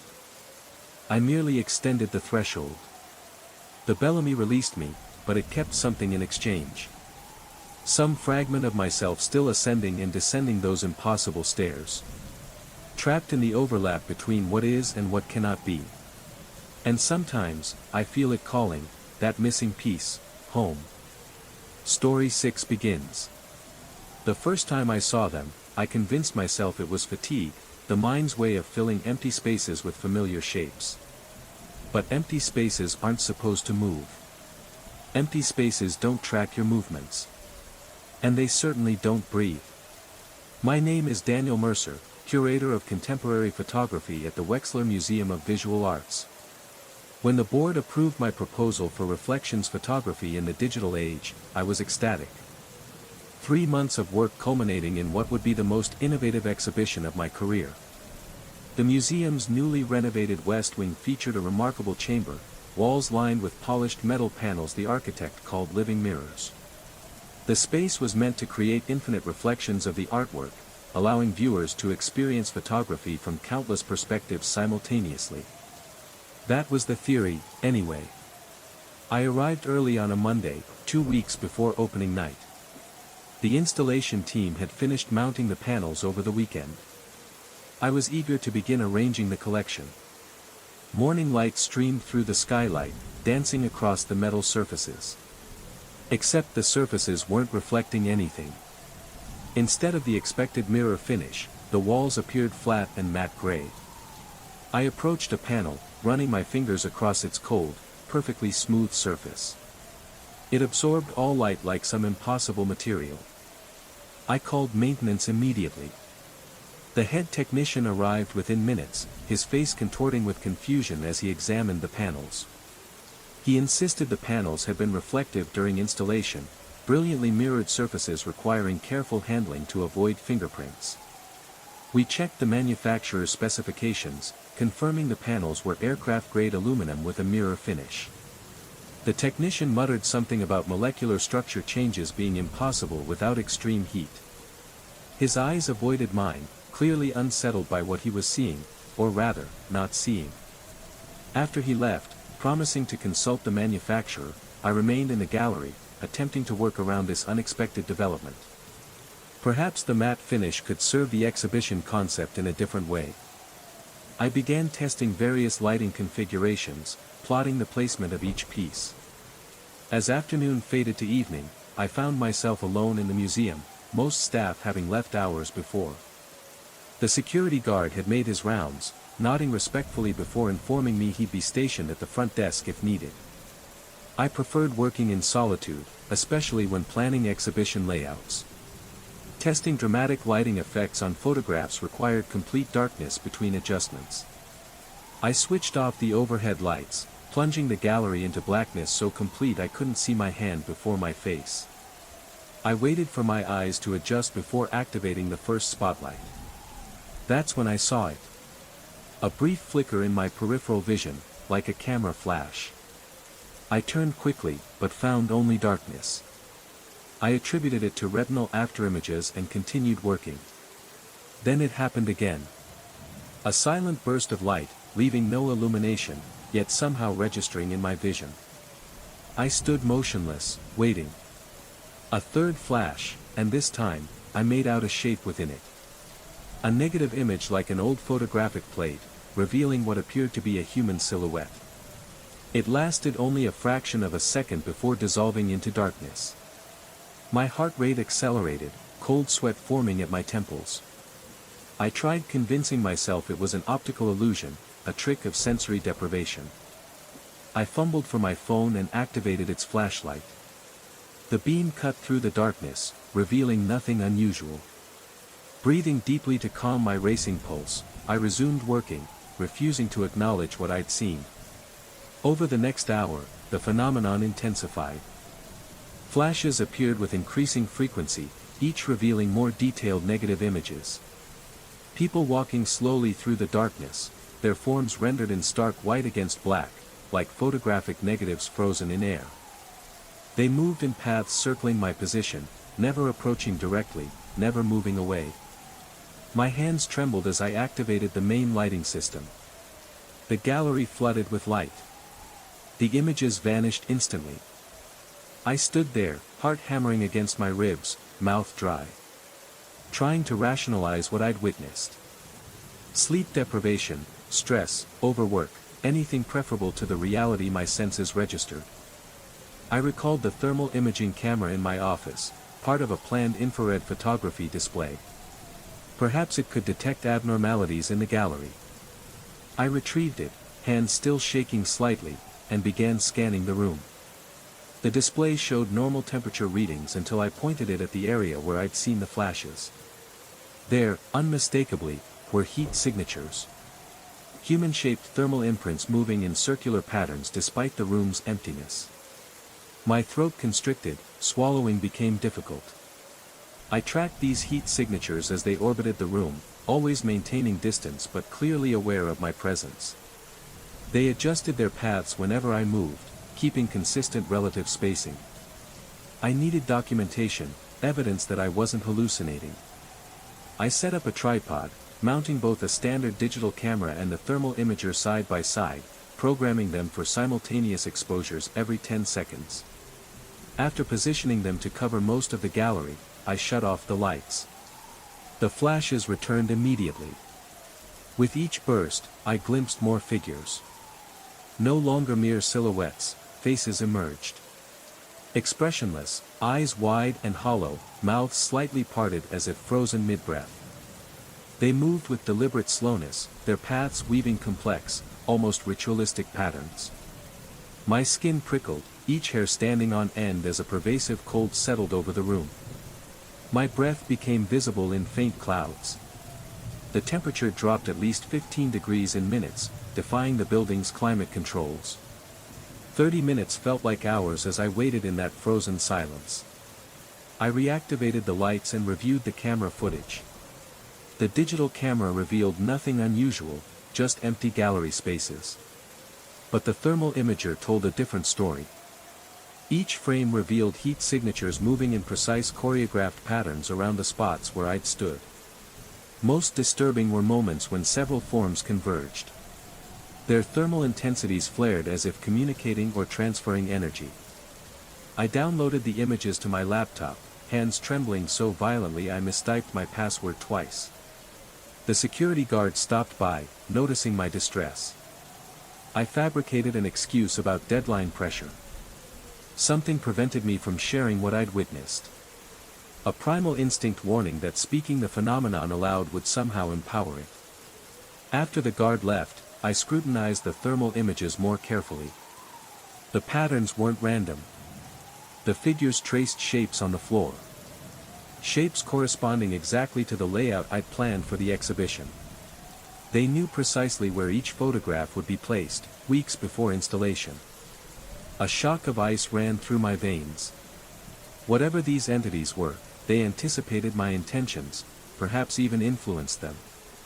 Had I unknowingly arranged the exhibition according to their design? The thought made me nauseous, acid burning the back of my throat. I gathered my equipment hastily, unable to stay in that space any longer. As I reached the doorway, the lights flickered momentarily. In that microsecond of darkness, I felt something brush past me. Cold, insubstantial, but undeniably present. My heart nearly seized, muscles locked in primal terror. That night, sleep eluded me entirely. I pored over historical documents related to the museum, searching for any mention of unusual occurrences. Nothing significant emerged until I found architectural notes from the original 1892 construction. The West Wing had been built over the site of a photography studio that burned down in 1888. No loss of life, the newspaper account stated. But the studio specialized in post-mortem photography, a Victorian practice photographing the recently deceased as mementos for grieving families. The next morning, I returned equipped with more sophisticated recording devices. The sensation of being watched intensified the moment I entered the gallery. The metal panels seemed darker, their matte surfaces pulsing subtly, breathing almost. I set up multiple cameras, standard, thermal, and one modified for ultraviolet light. Hours passed as I documented the phenomena under controlled conditions. With each cycle of darkness, the negative images grew more distinct, more numerous. They no longer merely circled. They approached. Their movements became deliberate, aware, almost predatory. In thermal imaging, the entity's heat signatures intensified, coalescing into intricate patterns that resembled written language when viewed in sequence. By late afternoon, my scientific detachment had completely eroded. My shirt clung to my sweat-soaked back. My hands trembled uncontrollably. Something fundamental had changed within that gallery. The entities now remained partially visible even when the lights were on, appearing as subtle distortions in the air, like heat waves shimmering off sun-baked asphalt. I attempted communication, first holding written questions up to the cameras, then speaking aloud. No direct response came, but the thermal patterns shifted, becoming more concentrated around me. Temperature fluctuations intensified, freezing cold pockets alternated with stifling heat. My ears detected subtle shifts in atmospheric pressure, whispers just beneath the threshold of hearing. As sunset cast long shadows through the skylight, I made a critical discovery while reviewing the ultraviolet footage. The UV camera had captured what others missed, residual trails left by the entities glowing faintly, like photographic emulsion exposed to light. These trails corresponded exactly to the placement of photographs from exhibitions dating back a century, long dismantled and archived. The implication hit me with physical force. These were not random manifestations, but impressions left by past observers, somehow captured and preserved by the unique properties of this space. The metal panels weren't reflecting light. They were absorbing and storing visual information like impossible photographic plates, recording not just images but the very presence of those who had stood before them. My theory was confirmed when I discovered my own negative image among them. A perfect rendering of myself from the previous day, repeating my exact movements. This room was capturing us all, creating permanent records of transient moments. I considered abandoning the exhibition, but realized I couldn't. Whatever forces operated here had been accumulating for decades, perhaps centuries. My presence had only activated what was already latent, like developer solution revealing a hidden image. I made a decision, one my professional colleagues might call career suicide, but felt instinctively right. I would proceed with the exhibition, but with one crucial modification. Instead of showcasing contemporary photography, I would leave the walls bare. Installing only carefully timed lighting that plunged sections of the gallery into calculated darkness at programmed intervals. The exhibition would reveal itself, the accumulated visual history of the space manifesting as photographic negatives suspended in air. Visitors would become both observers and subjects, simultaneously viewing and being recorded by the impossible process inside the metal panels. I spent the past week preparing context materials, explaining the phenomenon in terms of experimental photography and interactive art rather than anything supernatural. The board members were skeptical until I demonstrated a controlled manifestation. Their expressions shifted from doubt to awe as negative images formed in the darkness. Their own thermal signatures joined the complex choreography captured by my instruments. Tomorrow, we open to the public. I've named the exhibition Negative Space, Photography Without Cameras. Advanced ticket sales have shattered museum records. Critics, sworn to secrecy after preview viewings, appeared visibly shaken but enthusiastically supportive. As for me, I've made peace with what happens in the gallery's darkness. I accept that when I walk through the exhibition tomorrow, my negative image from today will be there, watching me, watching itself, in an infinite regression of observer and observed. Sometimes at night, alone in my apartment, I feel the familiar flicker of silent flashes in my peripheral vision. I glimpse negative images, figures moving just beyond focus. I'm beginning to understand, once recorded by this impossible process, one never truly leaves the frame. The boundaries between subject and medium dissolve, melding into something altogether different, something eternal. The exhibition will be my masterpiece. Though I'll share credit with co-creators I can never name. After all, art has always been about capturing moments in time. Preserving what would otherwise be lost. I just never expected those moments to be looking back. Story 7 begins. From the first time I felt it. That unnatural stillness. My body knew something was wrong before my mind could process it. I've worked the night shift at Harborview Dryport for 15 years. Lifting thousands of containers over that time. Each one has its own voice. Empty containers ring hollow.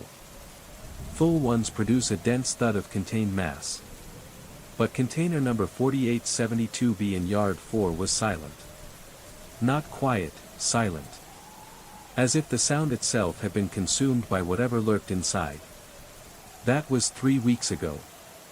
Now, here I sit in my crane cab at 2 a.m., hands trembling on the controls.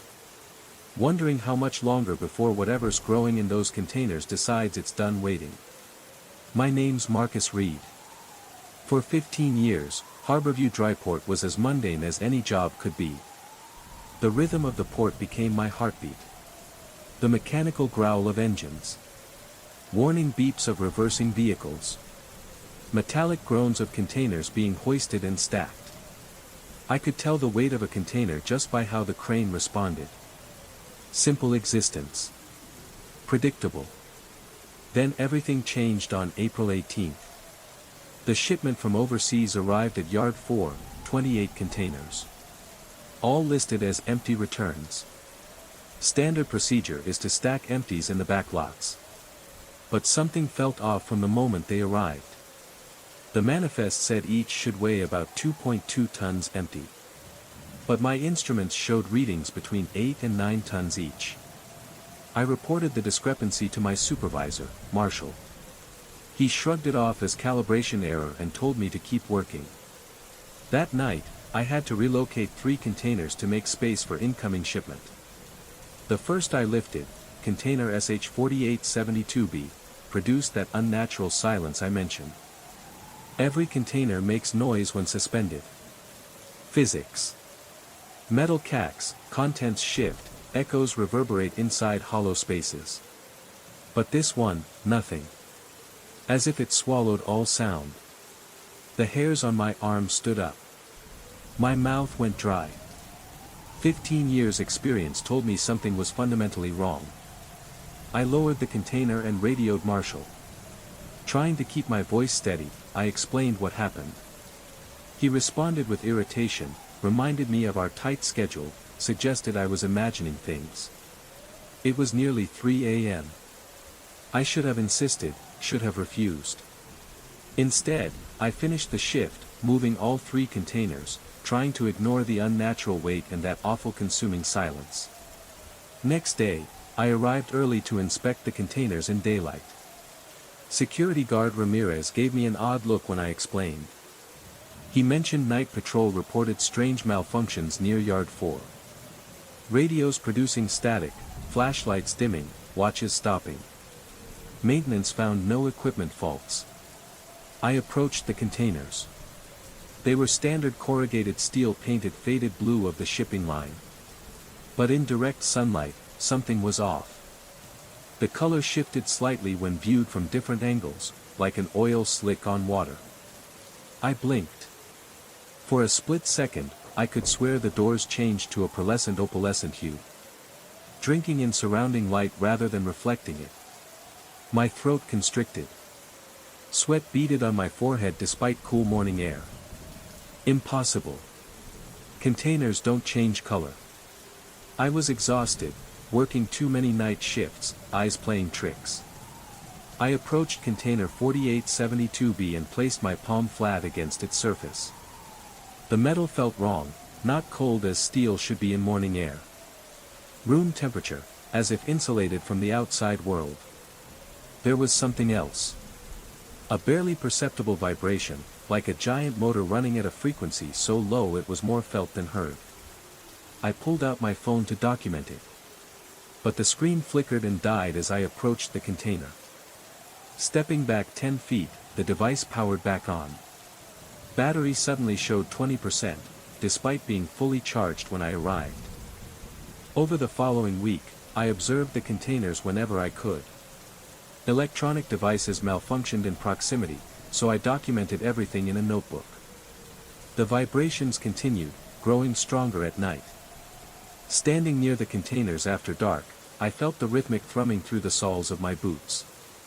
It reminded me of massive industrial machinery, but at a frequency just below human hearing. Other workers noticed strange occurrences too. Operators reported navigation systems failing near Yard 4. Displaying the word dormancy instead of error codes. 2 maintenance workers complained of intense headaches and nosebleeds after replacing lights in that section. Marshall finally took notice. A junior operator refused to move containers in Yard 4 after experiencing what he described as time slipping. He said he spent only 20 minutes relocating containers, but when he returned, 3 hours had passed. Marshall dismissed him, saying he'd fallen asleep on the job. But I saw the fear in that young man's eyes, he wasn't lying. I approached Marshall with my notebook. Laid out the weight discrepancies, silence, vibrations, equipment malfunctions, and temporal anomalies. The fluorescent lights buzzed overhead as I spoke. I suggested contacting the shipping company or alerting authorities. Marshall's response surprised me. He leaned forward, voice low, telling me this wasn't the first time. 3 years ago, a similar shipment had arrived. Workers reported strange phenomena, but containers were transferred to a government facility. Everyone was told to forget about it. Marshall advised me to do the same. Observe, document if I must, but keep quiet. There were powerful interests involved. Asking questions could cost more than just a job. The warning should have stopped me. Instead, it only fueled my need to understand. That night, I volunteered for an extra shift, ensuring I'd be alone in Yard 4 during the quietest hours. Around 2 a.m., I positioned my crane above container 4872B. The vibrations pulsed through the metal frame of my machine. My instruments flickered between normal readings and the unsettling word dormancy. I lowered the hoisting cables, secured them to the container corners, and began to lift.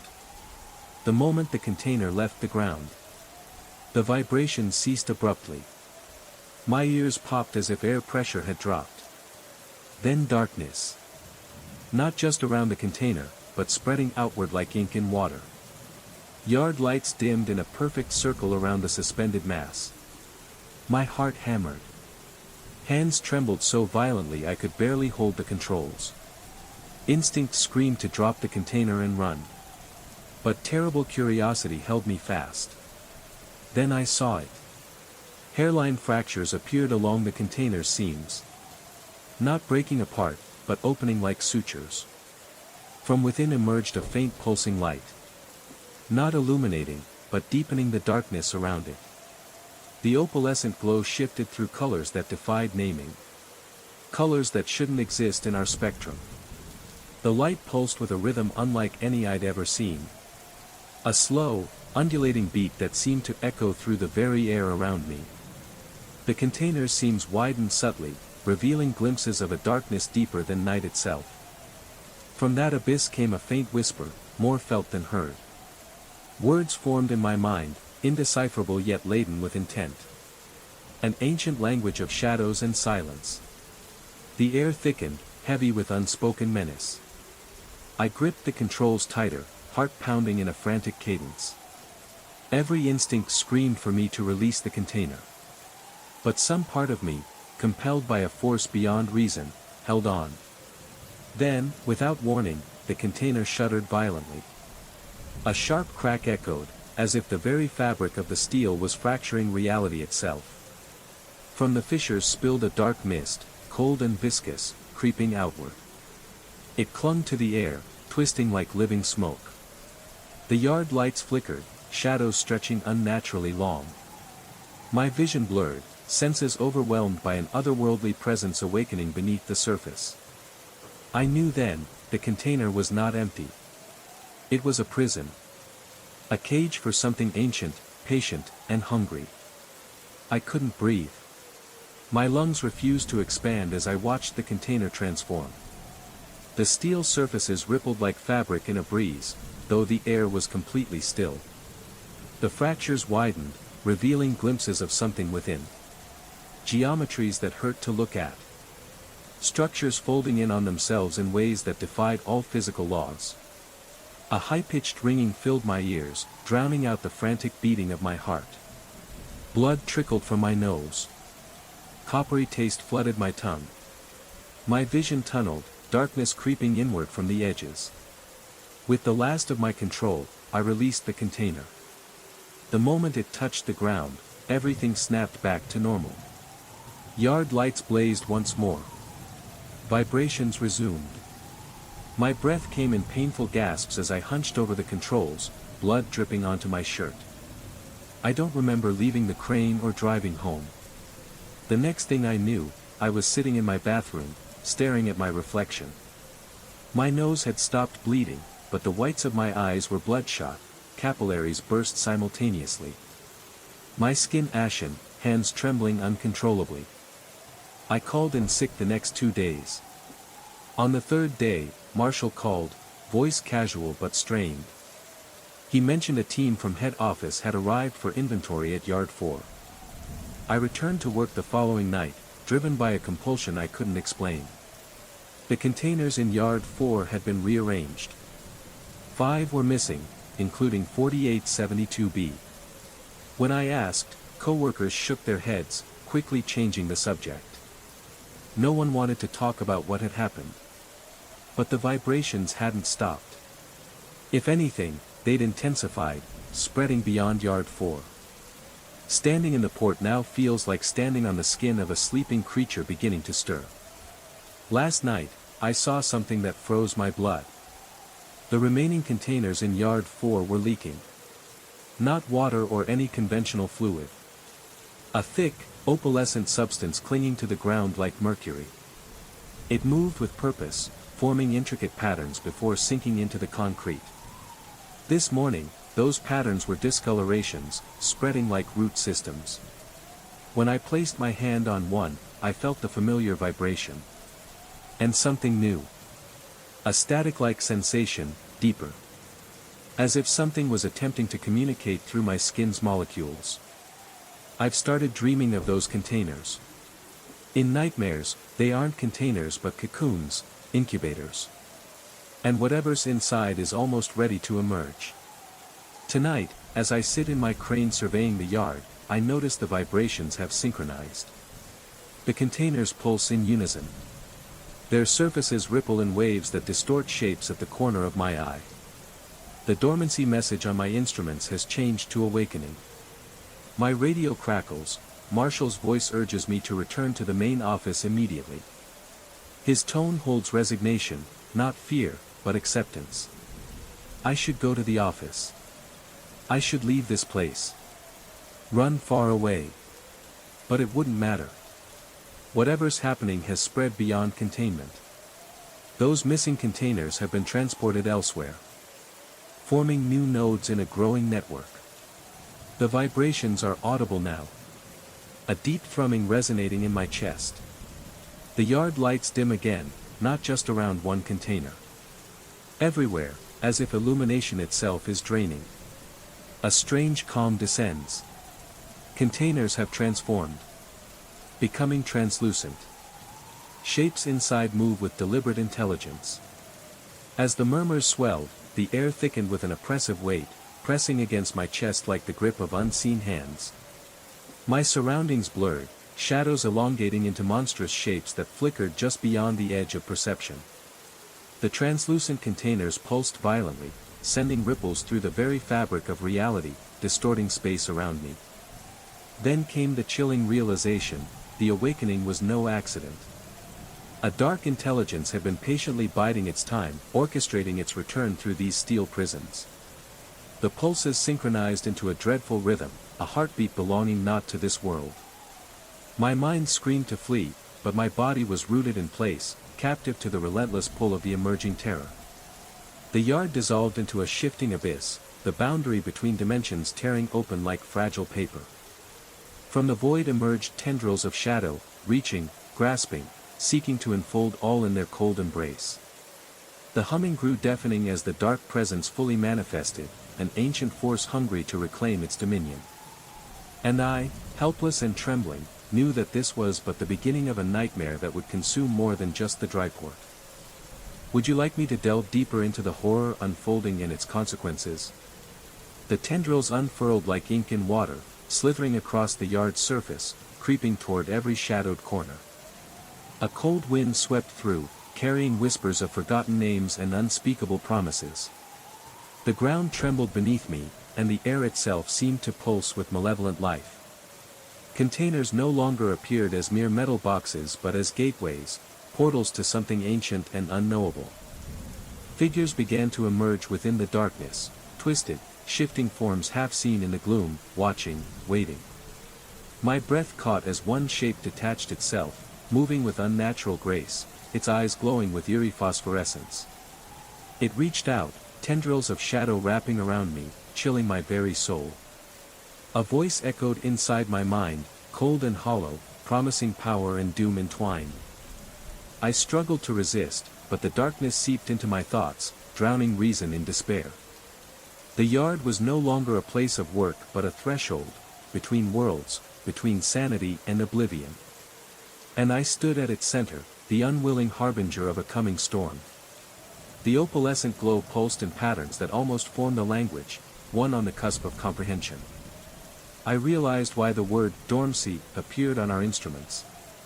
These entities, whatever they truly are, have been sleeping, gathering energy, and now, they are awakening. My radio crackled again, not with Marshall's voice, but with the sound of rushing water, distant surf breaking on an alien shore. Within those waves, whispers of words formed, concepts too vast for human speech. The container directly beneath my crane, untouched until now, has transformed. Its walls are utterly transparent, revealing a space that extends far beyond the container's physical shell. Inside, something vast stirs, appendages bending through dimensions I cannot perceive. My hands hover, torn between releasing the container to crush whatever lies inside and the futility I now sense. There are at least 22 more here, and countless others elsewhere. The vibrations synchronize with my heartbeat, perhaps it's my pulse that's been commandeered. My vision pulses between hyperclarity and smeared abstraction. I begin to perceive realities beyond human ken. The containers don't merely absorb sound, they transmute it, converting physical energies into fuel for themselves. They've been feeding on us, our technology, and the very fabric of reality, all preparing for this moment. The container below dissolves, revealing an enormous organic mechanical hybrid pulsing with that same eerie opalescence. It does not move conventionally but reconfigures, cycling through planes of existence beyond comprehension. Tendrils of light reach out, piercing my crane cabin's metal and glass, flooding my mind with cosmic knowledge, civilizations beyond our universe, technologies manipulating reality's core, consciousness spanning infinite dimensions. Now I understand, the containers were marked empty only because we lacked the senses to detect what they truly held. The port around me pulses with awakening energy, fractures widening, entities emerging as the night sky folds inward, revealing impossible dimensions. Humanity's dormancy is ending. The awakening has begun, and nothing will ever be the same. For 23 years, I have restored paintings. When the Merchants Guild entrusted me with a Flemish seascape, I expected a typical restoration. The canvas arrived wrapped in acid-free paper, sealed in a climate-controlled crate, a ritual of respect for a masterpiece's age and worth. Yet, the weight of this canvas was unusual, denser than oil and wood should allow. The scene itself seemed muted, a fog-shrouded harbor, an obscure coastal village veiled in mist, unsigned as was common in its era. But the fog was unlike any I'd seen, glowing softly, alive with subtle movement, as if the mist were breathing and drifting beyond the static image. I noted varnish oxidation and suspected microbial growth along the canvas lower edge. That first night, as I gently applied solvent to a corner, pigments didn't dissolve, they fell like fine ash, drifting downwards onto my hands with a strange warmth that contradicted their appearance. Some particles seemed to crawl across my skin before vanishing beneath my nails, leaving a gritty residue that defied all washing. I locked the studio, tingling fingers in hand, and returned home unsettled. By morning, the cleaned corner was restored, my work undone as if the painting itself rejected my touch. Yet, the village had subtly shifted closer, a window glowing faintly where none had before. Measuring carefully, the change was undeniable. Each morning, the village crept forward, windows igniting with spectral light, harbor shapes materializing. Even my studio transformed, a window frame darkened, smelling faintly of burnt driftwood. My notes vanished, replaced by cryptic nautical scripts, shadow routes, anchoring rites in indecipherable handwriting not my own, scribbled hastily, like a desperate warning from another time or place. My rational mind scrambled for answers. Had someone been breaking in, swapping the painting for altered versions, stealing my notes, and leaving cryptic documents? But the security footage showed no intrusions, and only I held the keys.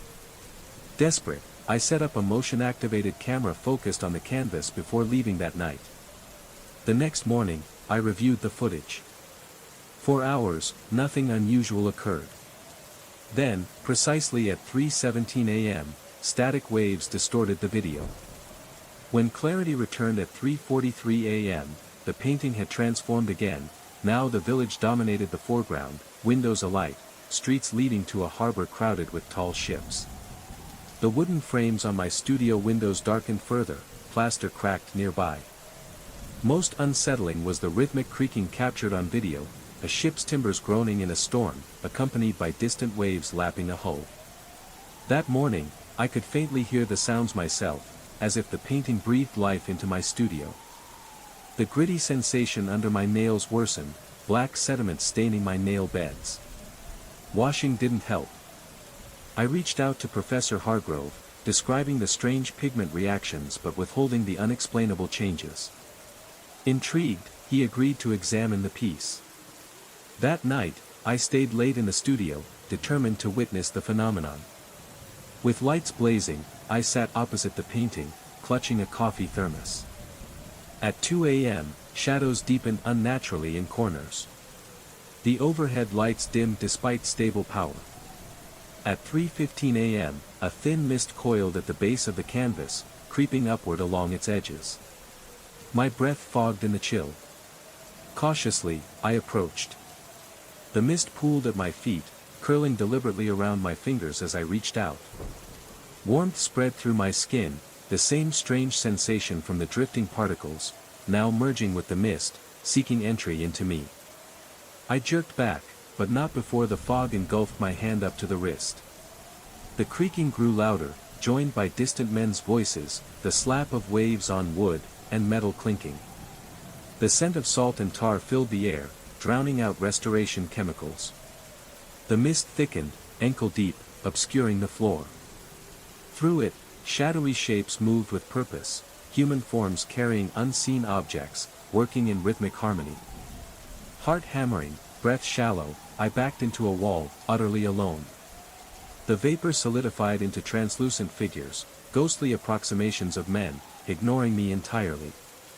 One paused near my desk, seemingly writing on invisible bound to the painting's ancient curse. A primal urge to flee surged through me as I reached for the studio door. But the handle had changed, now wrought iron, crusted with rust and salt, ancient beyond reason in this modern space. I pulled it open, expecting a hallway, but instead, dense fog spilled forth, revealing the vague outline of a weathered wooden dock disappearing into shadowy waters.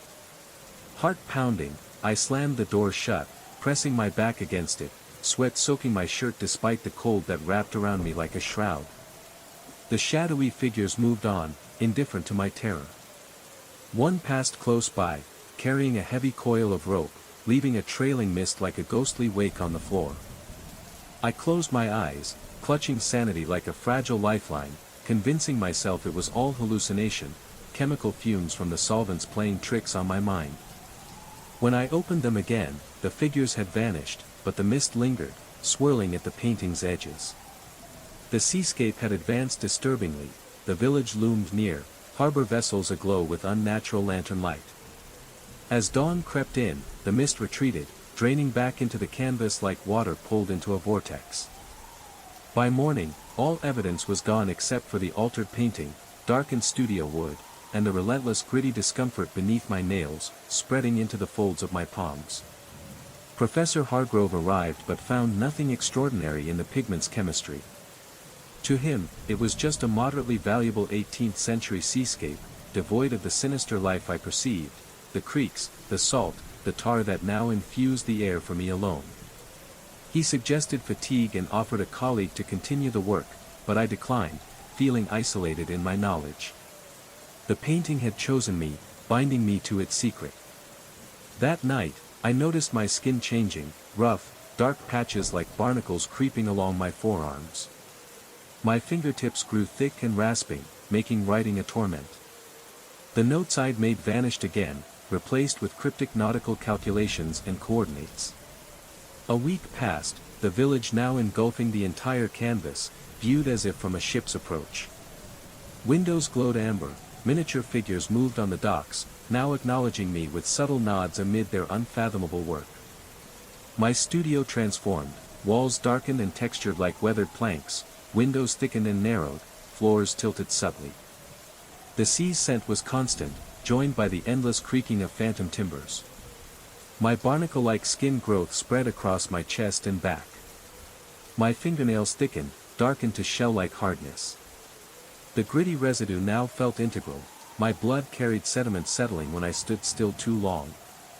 The painting was no mere image, it was a portal, a thinning boundary between worlds.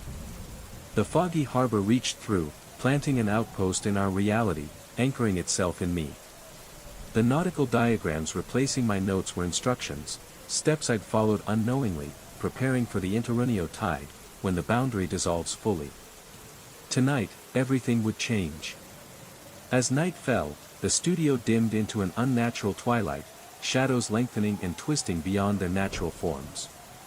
The air thickened with salt and decay, wrapping around me like a suffocating fog. My skin prickled with the relentless spread of barnacle-like growths, each patch pulsating faintly as if alive. The painting's mist began to seep again, thicker now, curling around my legs and rising slowly like a tidal wave poised to crash. From within the fog, the shadowy figures emerged once more, no longer vague shapes but unmistakably solid, their outlines sharpened, faces carved with centuries of toil and sorrow. They moved with solemn purpose, their silent work continuing the rituals embedded in the cryptic nautical notations that had become my unwitting guide. They beckoned me, gestures slow but insistent, urging me to join their spectral labor. Compelled beyond reason, I stepped forward, my hands brushing against the mist, cold and damp, as if crossing a threshold between worlds. The fog thickened, swallowing me, the scent of brine and ancient timber overwhelming my senses. Suddenly, the studio transformed entirely. Walls dissolved into roiling seas, the floor a creaking deck beneath my feet. Above, a storm-ridden sky cracked with distant lightning, the relentless roar of waves crashing drowning out my heartbeat. Around me, spectral sailors labored silently, hauling invisible lines, tightening rigging that strained against phantom winds. Their eyes, hollow but burning with purpose, met mine, an ancient understanding passing between us. Then a voice echoed, not through ears but through my very soul, the tide rises. The boundary thins. You have become the harbor's sentinel, guardian of the interrunio tide. Panic surged, yet my limbs moved as if possessed, joining the eternal labor etched into the fabric of this watery realm. Time fractured, minutes became centuries, and I was lost in the endless cadence of the tide. Back in the waking world, the studio stood silent and empty, the painting hanging innocuously on its easel. But inside me, the tide stirred forever, an unseen current pulling me toward horizons no living soul should dare to reach. Would you like me to continue weaving this story further or begin expanding other tales from your collection with the same haunting depth? The diagrams hint at a rare celestial event, an alignment that graces the world once every 303 years. Within my studio, the misty figures move with uncanny precision, rearranging furniture and objects into configurations that mirror the cryptic symbols on their nautical charts. It feels as if I am no longer just an observer, but a vital component in a ritual or mechanism far beyond my understanding. Fear should grip me, driving me to flee or seek aid, yet a profound calm envelopes me instead, an acceptance that perhaps resistance is futile. From the moment my fingers first brushed the canvas, this transformation was set in motion. Perhaps the strange, subtle changes coursing through my veins have already reshaped me, preparing me for what lies ahead. Outside the boundary of paint and mist, the harbor waits in silent anticipation. The ships rest at their docks, their holds empty, their crews gathered on the wharves, waiting for a cargo unseen or a passenger unknown. As twilight descends, I stand before the painting once more. The mist coils and thickens at the edges, welcoming me home. I reach out with my transformed hands, feeling the warm embrace of the fog curling tenderly around my fingers, recognizing me as kin. I no longer know if I am being consumed or reborn, transported or transmuted. The line between observer and observed has blurred beyond recognition. I have become inseparable from the artwork as it becomes part of me. The interrunio tide rises within me, and I stand ready to serve as its harbor in this world, or perhaps to find my true place in that other realm whispered through layers of ancient paint and delicate illusion. The fog thickens, the harbor calls. I step forward, surrendering to the pull. The chill that lingers in mountain resorts is not mere temperature but a creeping presence, a reminder that some places hold secrets better left undisturbed.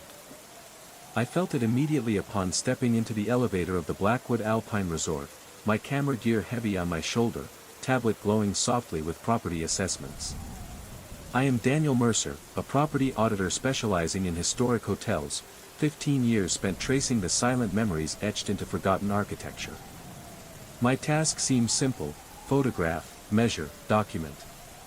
Yet, old buildings are living entities.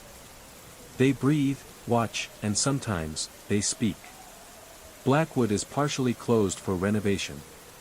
Only the main lodge and south wing remain active as I prepare to document every decommissioned room before the coming upheaval.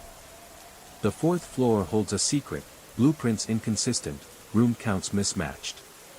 My supervisor's voice was steady but firm: extra care with the north corridor. It's a priority. The resort manager's nervous eyes followed my every move.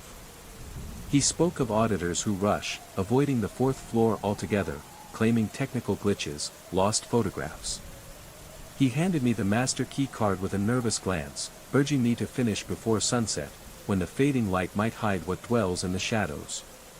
Stepping through the door of the Blackwood Alpine Resort, the cold wasn't just a matter of temperature, it seeped into the bones like a quiet warning that some things were never meant to be disturbed. Daniel Mercer, with 15 years of experience documenting the forgotten corners of history, knew that every wall held a story, and Blackwood was breathing, watching, waiting. Walking down the dimly lit fourth-floor corridor, he sensed something off. The blueprints didn't match, the room numbers and layouts were inconsistent, leaving a strange gap in the north wing. His supervisor's voice echoed in his mind: be very careful with the north corridor on the fourth floor. As daylight faded and shadows grew longer, the space around him seemed to blur, time and place folding over themselves.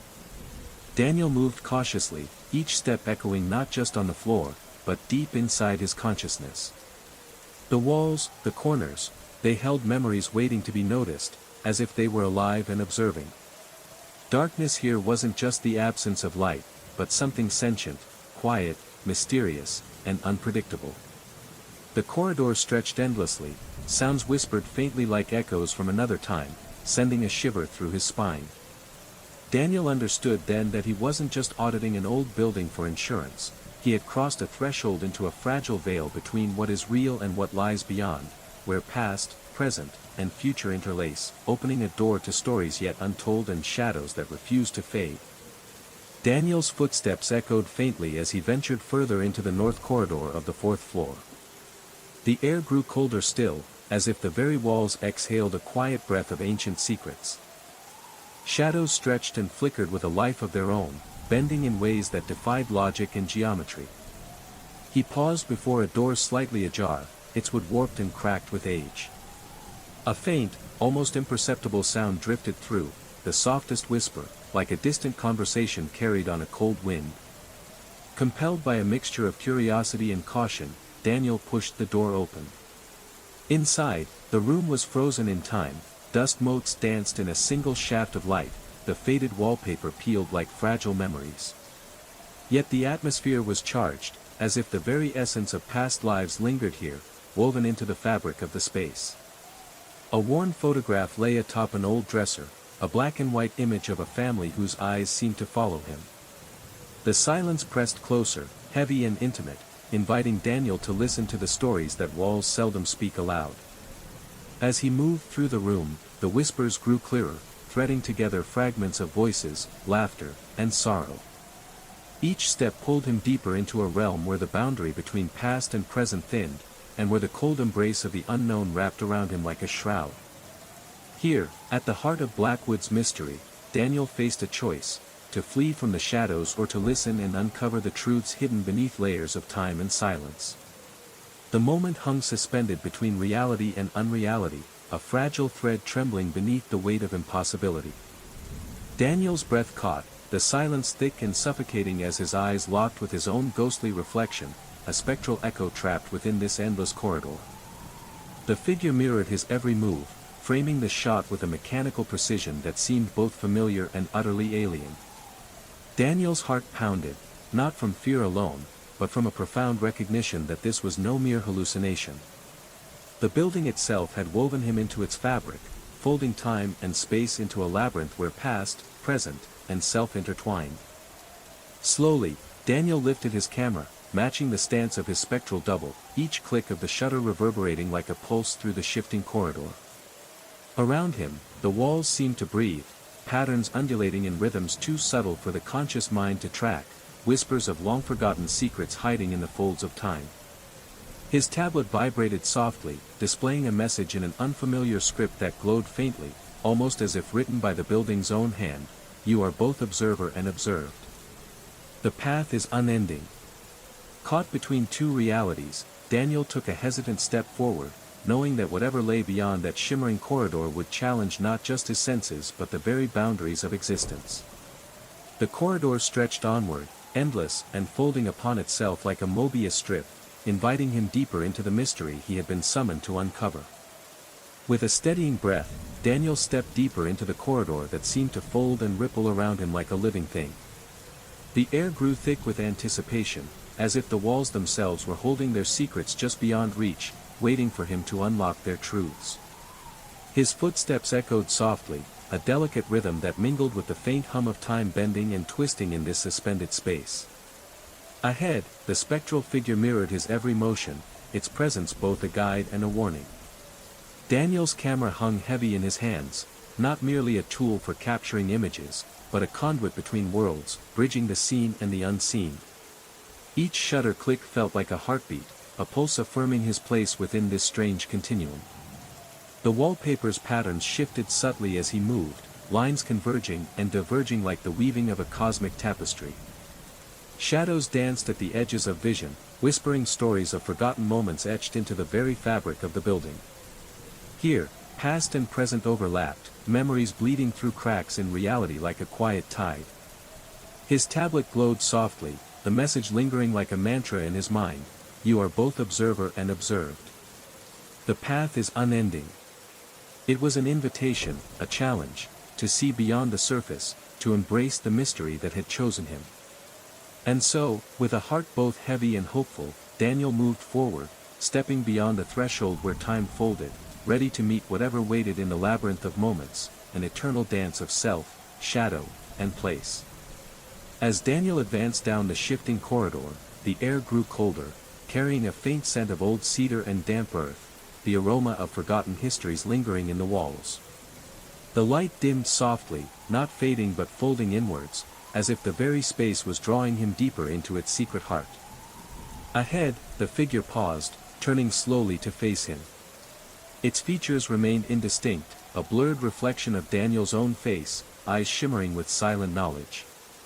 It raised a hand in a slow, deliberate gesture, beckoning him onward, not with urgency, but with a calm inevitability that quelled Daniel's rising unease. With trembling fingers, Daniel lifted his camera, the lens focusing on the figure. As he pressed the shutter, the corridor shivered like a held breath, and the image that appeared on his screen was both himself and the figure, merged, layered, a haunting double exposure that seemed to ripple with unspoken truths. The floor beneath him softened, transforming from cold stone to a surface like flowing water, cool and responsive underfoot. Time, too, seemed to ripple, moments folded over themselves, creating loops and echoes.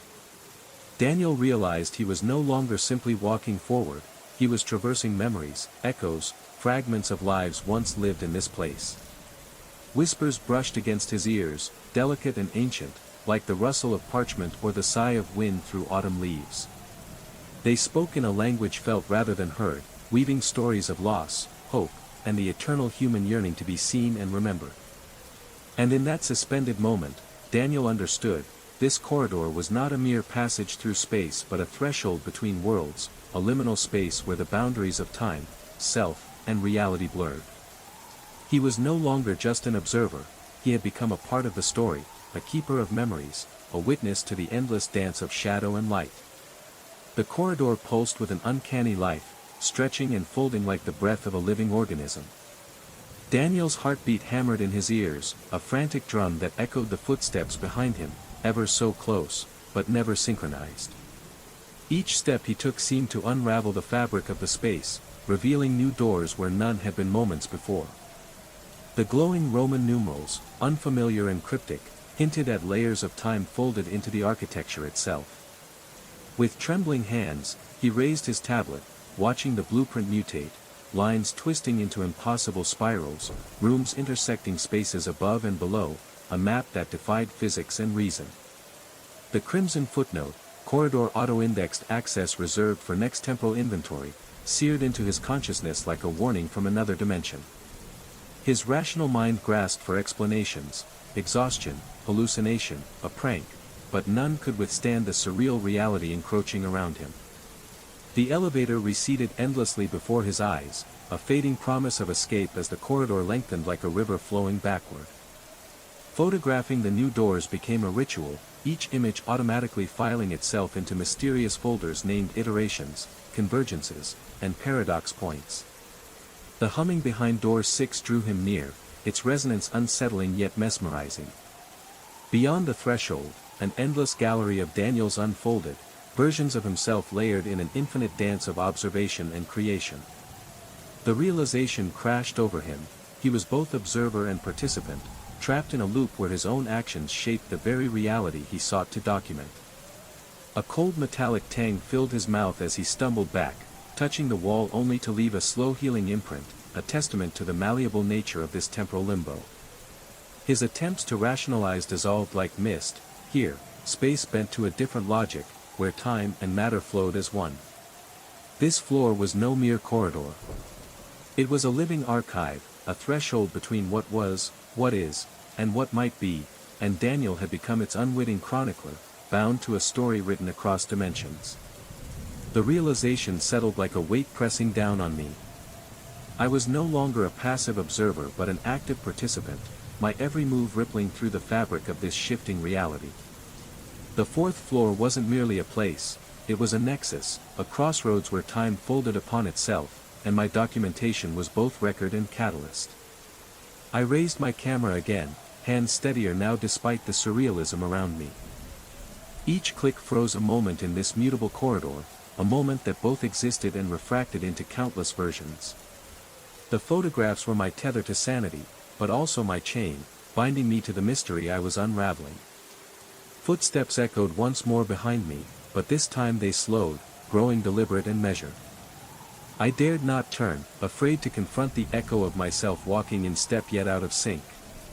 Instead, I pressed forward, deeper into the labyrinth where past, present, and future intertwined. As the hallway twisted again, a faint glow emerged from the end, an exit or an entrance, I couldn't tell. Hope flickered, fragile but persistent. With a final breath, I stepped toward the light, prepared to face whatever awaited beyond this threshold. As I moved closer, the glow intensified, revealing textures impossible to describe, walls that shimmered like liquid metal, floors that rippled as though breathing beneath my feet. The air hummed with an ancient resonance, vibrating through every fiber of my being. Suddenly, the corridor widened, opening into a vast chamber where time itself seemed to hesitate. At its center stood a pedestal carved from obsidian, upon which rested an ornate book bound in weathered leather, its surface etched with symbols that shifted under my gaze. Drawn forward, I reached out to touch the book, feeling a pulse like a heartbeat radiating from its core. The moment my fingers brushed the cover, visions flooded my mind, fragments of realities overlapping, stories of countless Daniels caught in this looping maze. A whisper filled the chamber, not in any language I knew, but in a voice that spoke directly to my soul, urging understanding and acceptance.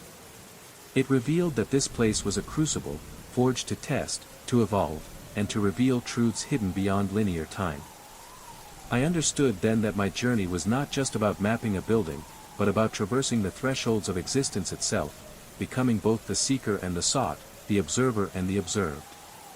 The elevator doors slid shut smoothly, the soft hum of the machinery offering a brief comfort. As the car began its descent, a sudden jolt startled me. Time seemed to hiccup, the lights flickering briefly, revealing, if only for a heartbeat, a shadowed figure standing in the corner of the car. I blinked, and the apparition vanished, leaving only the sterile metal walls and the faint scent of pine that had been my constant companion since arriving. My heart raced, a cold knot tightening in my stomach. Was it fatigue, or had something truly crossed the threshold into my reality? The elevator slowed, and when the doors parted, I stepped out into a lobby transformed. Gone was the sleek modernity I had expected. Instead, the space seemed drenched in sepia tones, the walls adorned with faded photographs of forgotten guests, their eyes seeming to follow me with unsettling awareness. A chill wind swept through the open doors, carrying whispers too faint to decipher. I hesitated, torn between retreat and curiosity. Every instinct screamed for me to flee, yet the unyielding part of me, the auditor, the seeker of truth, pressed forward. With trembling hands, I pulled my camera from its case, raising it instinctively. The lens captured not what was visible, but the echoes beneath, the layers of time folded into the fabric of this place, revealing stories of past iterations, lost souls caught in the looping corridors of this enigmatic floor. As I lowered the camera, I realized the true nature of the Blackwood's fourth floor, a living palimpsest, where past, present, and potential futures converged. And somewhere within that convergence, my own path was entwined, no longer just an auditor, but a part of the unfolding enigma. The whispered voices grew clearer, weaving through the heavy air like threads of ancient song. They spoke not in words but in feelings, melancholy, longing, and an unyielding hunger for resolution. I followed them down the hallway, where the walls began to ripple softly, as if breathing in tandem with my own pulse. With each step, the line between reality and memory blurred further. Doors opened onto scenes from times long past, guests laughing in ballrooms now dust-covered, dancers twirling on stages long silent, the scent of pine mingling with aged perfume and forgotten smoke. I found myself standing before a mirror, but the reflection staring back was not mine alone. Shadows flickered behind my image, figures locked in eternal dance, forever bound to this shifting threshold. A sudden wave of vertigo swept over me, and I grasped the cool brass railing to steady myself. In that moment, the floor beneath me trembled, and the whispered chorus swelled into a haunting melody that resonated deep within my bones. The Blackwood Alpine Resort was no mere building. It was a gateway, an echo chamber where time folded upon itself, where the lost might still find voice. And I, Daniel Mercer, was now both witness and participant in its eternal symphony. The audit was no longer about documentation, but survival, the delicate balance between presence and oblivion, between the known and the unknowable. I took a breath, steadying my resolve. The fourth floor had claimed me, but I would uncover its secrets. For within the corridors of distortion lay truths that could awaken or undo the fragile tapestry of reality itself. On a chilly spring evening, I slipped inside the abandoned planetarium, intent on retrieving a few telescopes and star charts for the society. The air was thick with dust and echoes of forgotten lectures. The massive dome loomed overhead, its cracked glass filtering the pale moonlight into fractured patterns. My footsteps disturbed decades of silence as I made my way to the control room. The main projector, a behemoth of gears and lenses, sat dormant, its power long disconnected, wires severed. Yet at precisely 2:04 a.m., without warning, the ancient machinery would sputter to life.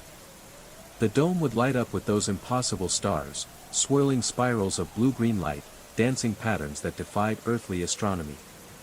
No telescope or star map matched their formation. It was as if a window had been torn open, revealing a cosmos beyond our comprehension. Night after night, I watched alone as the machine projected this alien firmament. I became obsessed, drawn to decipher the hidden message within the stars' silent dance. My dreams were haunted by spiraling galaxies and constellations that whispered in shapes and colors, far beyond human language. I began documenting the patterns, charting their rhythms and cycles. The stars seemed to react to my presence, shifting subtly in response, as if alive and aware. The sense of being watched deepened, not by distant lights, but by a sentient gaze from beyond. The boundary between observer and observed blurred, and I wondered, was I merely a spectator, or was I being drawn into a cosmic narrative where the stars themselves were calling me home? Time grew fractured, reality stretched thin, and the planetarium no longer felt abandoned but alive with unseen eyes.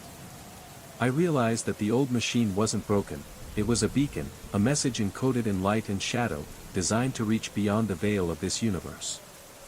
And I, Daniel Harmon, stood at its center, caught between the familiar and the infinite unknown. The realization hit me with a wave of both awe and dread. This was no ordinary projection. The machine was unveiling a hidden reality, layers beneath the familiar stars, revealing a cosmos that defied human understanding and stretched far beyond the confines of our universe. Night after night, the phenomenon repeated. The ancient projector came alive at precisely 2:04 a.m., conjuring this spectral sky that was both mesmerizing and unsettling. I became obsessed, returning after hours to record the spiraling constellations, hoping to decode the silent message encoded in their hypnotic dance. The pattern seemed almost sentient, responding subtly to my presence, as if aware of my gaze, acknowledging me across the gulf of space and time. The cold air of the planetarium carried a faint hum, resonating through my bones like a cosmic heartbeat calling out in an alien tongue. Time warped within those walls, moments stretched and folded, and reality itself felt thinner, more malleable. The boundary between observer and observed blurred, and I wondered if I was no longer just a spectator but a participant in an unfolding celestial narrative far older and more profound than my own life. I came to understand that the Zeiss Mark V was not merely a relic of scientific history, it was a beacon, a bridge, a vessel for messages from beyond the veil of our reality. And I, Daniel Harmon, found myself at its center, caught between the known and the infinite unknown, struggling to grasp what it truly meant to be both watcher and watched. The electromagnetic detectors registered spikes that defied known natural sources, fluctuating wildly just as the stars began their spiraling dance. The Geiger counter clicked erratically, indicating bursts of radiation inconsistent with any safe or ordinary levels. Spectrometers detected unusual spectral lines, colors not found in any terrestrial element. With every passing night, the data deepened the mystery.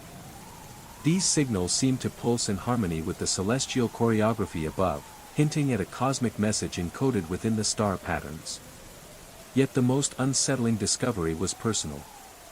I found my own biological rhythms subtly shifting, my pulse, body temperature, even my dreams aligning with the timing and patterns of the projector's spectral display. It was as if the planetarium and I were becoming part of a singular, otherworldly system, one that transcended the boundaries of time, space, and perception itself. Each night I returned to witness the impossible, caught in a silent dialogue with stars that are not stars, with patterns that are not patterns, and with a reality that seems eager to unfold in ways I cannot yet fathom. The projector began its awakening sequence, but this time the stars burst forth in a cascade of light that overwhelmed the dome. The vortex expanded rapidly, spilling out beyond the physical boundaries of the room, wrapping around me in ribbons of blue-green luminescence. A voice, neither spoken nor heard, but felt directly within my consciousness, conveyed an ancient greeting, an invitation to witness truths beyond human comprehension. Images flooded my mind, cosmic highways threading through dimensions, civilizations spanning eons, and the fragile thread of humanity caught in a vast, unfolding design. The boundaries between observer and observed dissolved as the stars' dance became my reality. Time folded, space warped, and I felt myself simultaneously everywhere and nowhere.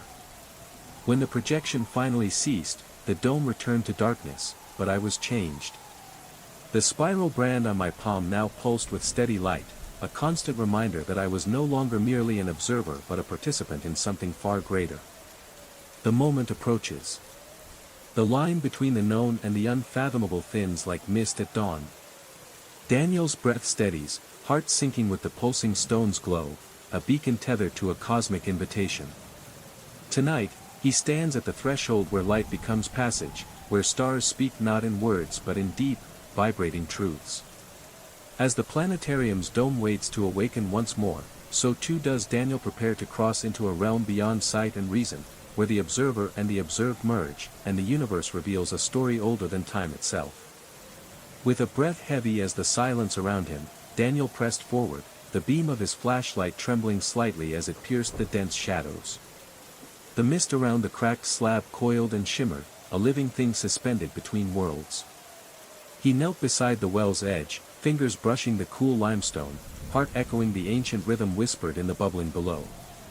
The language, strange, guttural, haunting, seemed to seep into his bones, unraveling the boundary between the physical and the unseen.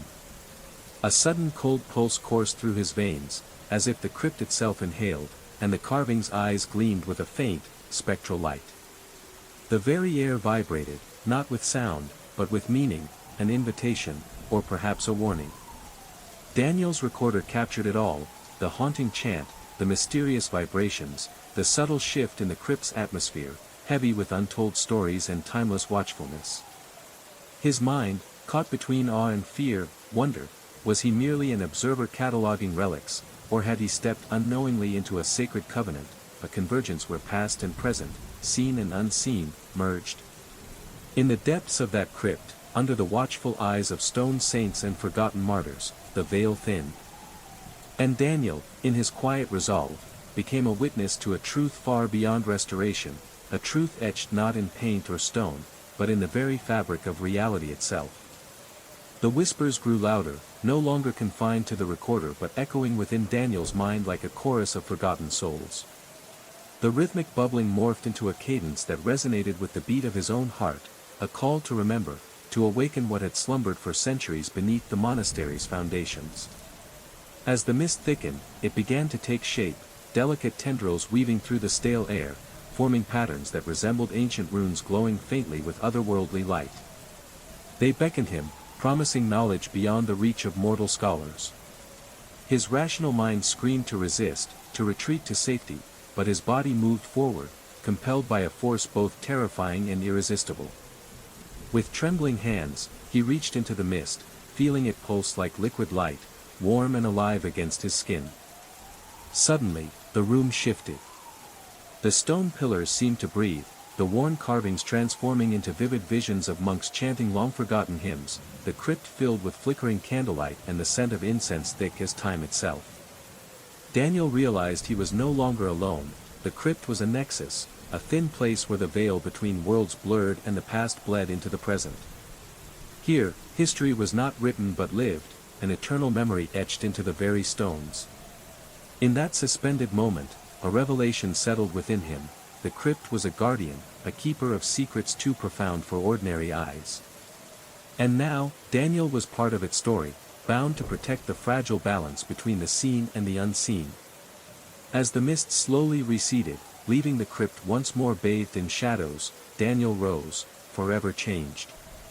The cold that had greeted him was no longer just a chill in the bones, but a sacred frost, a reminder that some truths are timeless, and some doors, once opened, never truly close.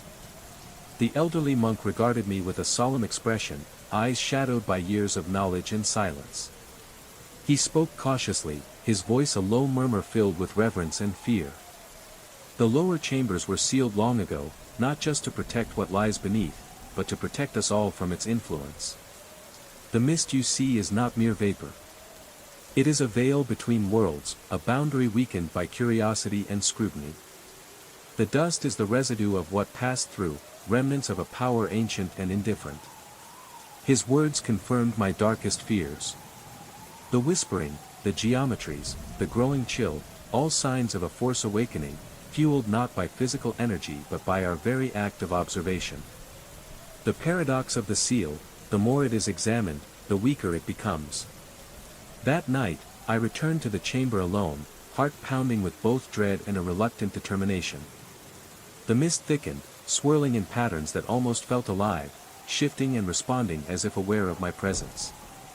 The dust circled like a living glyph, inviting and warning simultaneously. I reached out again, fingertips trembling, sensing the fragile boundary between reality and something else. The cold seeped into my bones, but beneath it stirred a strange calm, an acceptance of the unknown and the inevitable. The monastery, with its ancient stones and forgotten secrets, held its breath. And so did I. The silence that enveloped the chamber was thick, almost suffocating, as if the very air held its breath in anticipation. The mist swirled gently around my outstretched hand, delicate yet purposeful, as though it sensed my hesitation and sought to comfort rather than threaten. In that moment, I realized this presence was neither purely hostile nor benign, it was something beyond human comprehension, an ancient force, patient and eternal, existing at the fragile edge between worlds. I stepped closer to the cracked slab, my skin prickling with the cold that seemed to flow not just from the mist, but from some deeper, unseen source. The whispering voices rose again, no longer fragmented but forming a haunting cadence, a melody of forgotten truths echoing through time. As my fingers brushed the mist, a sudden clarity flooded my mind, not with words, but with sensations, vast oceans of stars folding into one another, endless depths where light and shadow danced as equals, and the fragile beauty of existence balanced on an invisible thread. The dust settled into a pattern beneath my feet, a symbol both intricate and infinitely simple. It was a map, a guide, a reminder that some boundaries are not meant to be crossed lightly, and yet some journeys are inevitable. I withdrew my hand slowly, the mist receding but leaving a trace, a subtle warmth that spread through me like a gentle flame. The voices faded, but their message lingered, a silent promise that the seal was only the beginning, not the end. I understood then that my role was not merely to observe, but to bear witness, to honor the fragile line between what is known and what remains forever mysterious. The monastery exhaled softly around me, its stones ancient sentinels guarding secrets that could heal or unravel, depending on the hearts that dared to listen. And I, in that quiet chamber beneath the weight of centuries, felt both humbled and awakened. With a steadying breath, I turned away from the well, feeling the weight of unseen eyes lingering on my back. Each step echoed through the hollow crypt, a measured rhythm that seemed to mark the passage of time itself. Outside, the faint light of dusk filtered through narrow windows, casting long shadows that stretched like fingers across the ancient stone. Back in the main chamber, I gathered my equipment with deliberate care, knowing that what I had witnessed was a threshold, not just of place, but of understanding. The whispers, the shifting dust, the mist that defied natural laws, they were not mere phenomena, but signs of a presence woven into the fabric of this monastery, perhaps this world itself. The caretaker's wary glance met mine as I passed. Without words, we shared an unspoken agreement: some truths were too vast, too fragile to confront directly. He handed me an old, weathered manuscript, its pages yellowed, script faded, containing prayers and invocations long forgotten by most. That night, as the wind howled outside and the moon traced silver paths across the sky, I pored over the ancient text. Its verses spoke of balance and boundary, of guardianship and sacrifice. Of a silent pact between the seen and unseen, made in ages lost to memory. I felt the pull of the crypt beneath me, a subtle tug at the edges of my awareness. A call to vigilance, to respect the thin veil that separates worlds. And a quiet hope that those who come after might listen more closely than I had, tread more lightly, and hold the line with reverence. In the end, some mysteries are not meant to be unraveled, but embraced, in their silence, their shadow, and their light. The days that followed were marked by a strange duality. By daylight, the monastery remained a place of solemn beauty, sunlight pouring through stained glass, illuminating centuries-old frescoes and carvings with a sacred glow. Yet beneath the surface, the crypt whispered its own secret language, a persistent hum at the edges of my perception that no prayer or blessing could quiet. At times, I found myself drawn back there, despite every instinct urging retreat. The dust motes swirling in the air, the faint but unmistakable metallic scent, the pulse of coldness radiating from the well, all conspired to pull me deeper into the mystery. It was as though the very stones held a memory that refused to fade, a memory that demanded witness. One evening, as twilight surrendered to night, I returned to the crypt armed with every precaution. I arranged protective wards from the ancient manuscript around the well, sigils traced in chalk, salt scattered in concentric circles. The whispers seemed to falter, as if sensing resistance. Then, a sudden stillness fell, a pause in the relentless rhythm of the unseen forces. The dust pattern stilled, the mist recoiled, and for a moment, I dared to believe that the boundary had held firm. But the silence was not peace. It was a breath held tight before the inevitable exhale. From the darkness, a shape emerged, vague at first, shifting like smoke, then gradually solidifying into a form both terrible and magnificent. Eyes like molten gold regarded me without judgment, an ancient presence that transcended time. It spoke, not in words, but in waves of thought and feeling. A lament for a world forgotten, a warning of balance broken, a plea for harmony between realms. I understood then that the monastery was a threshold, a fragile bridge woven from faith, fear, and forgotten knowledge. And I was now a part of its story, a guardian called to stand watch, to listen, and to carry the weight of its secrets. In that sacred moment, beneath vaulted stone and whispered prayers, I found not terror, but a profound sense of connection, a reminder that even in darkness, there is light waiting to be acknowledged. Beneath the ancient stones, the air thickened as the presence expanded, folding the shadows into itself like a cloak. Time seemed to ripple, the boundaries between past and present dissolving into a shimmering haze. My heart beat in tandem with the entity's silent rhythm, each pulse echoing through the depths of the crypt. It reached out, not with hands, but with currents of energy that brushed against my consciousness, weaving memories I had never lived yet somehow recognized. Scenes of forgotten rituals beneath starless skies, of monks chanting at the edge of oblivion, of a world poised between creation and decay. In that exchange, I became more than an observer, I was a participant in a cosmic dance older than any scripture. The entity showed me the fragile fabric that holds existence together, the delicate seams where worlds overlap, and the price of prying too deeply. Yet it also offered a gift, a glimpse of understanding, a path toward balance. It whispered of cycles, of tides that rise and fall beyond the reach of mortal sight, and of the sacred trust placed in those who stand at the threshold. As the first light of dawn filtered into the crypt, the entity receded, folding back into shadow. The temperature eased, the dust settled, and the mist dissolved like morning fog. But within me, a new awareness burned, a calling to protect the balance, to honor the unseen, and to carry forward the ancient wisdom now etched into my soul. I rose from the chamber, changed. The monastery's silence no longer felt empty, but alive with possibility. In the stillness, I heard the quiet promise of healing, not just for the stones beneath my feet, but for the fragile world beyond. In the days that followed, the monastery transformed in my eyes. It was no longer just a relic of stone and history but a living testament to the interplay between the visible and invisible. Each step through its ancient halls felt like crossing a threshold between worlds, one foot in the tangible present, the other hovering on the edge of forgotten realms. Guided by the whispers I'd captured in my recordings, I began to piece together fragments of knowledge long obscured by time. The crypt's mist, I realized, was not simply a natural phenomenon but a veil, a fragile membrane between our reality and a deeper, more elusive dimension. This realm was neither fully here nor entirely elsewhere, it shimmered in the spaces between moments, in the silence beneath sound. As I delved deeper, ancient texts revealed that the monks who built this sanctuary had known well the danger and the grace of such boundaries. Their rituals were designed not just to contain what lay beneath but to honor it, to maintain a delicate harmony between light and shadow, life and the beyond. The symbols formed by the dust were not random but sacred sigils, binding energies with the precision of a cosmic dance. Each night, I returned to the crypt, feeling the pulse of the unseen grow stronger, yet also more balanced, as if my presence offered a kind of anchor.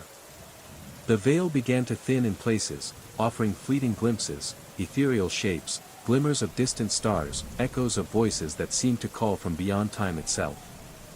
In those moments, fear gave way to awe, and isolation transformed into communion. One evening, as the moon hung low and silver in the sky, the mist parted to reveal a figure, not of flesh and bone, but woven from light and shadow. It spoke without words, its message carried on waves of feeling and insight.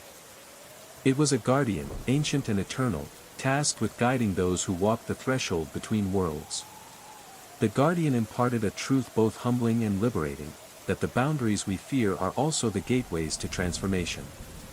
To see beyond the veil is to embrace uncertainty, to hold both darkness and light in gentle balance. It is to awaken to the deeper currents that shape our existence, currents that flow through us as much as around us. With this newfound wisdom, I understood that my journey was only beginning.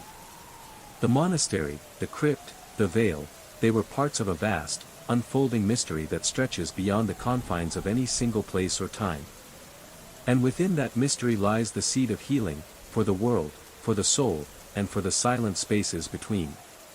The nights grew longer, and the air in the crypt felt charged with a presence both ancient and alive.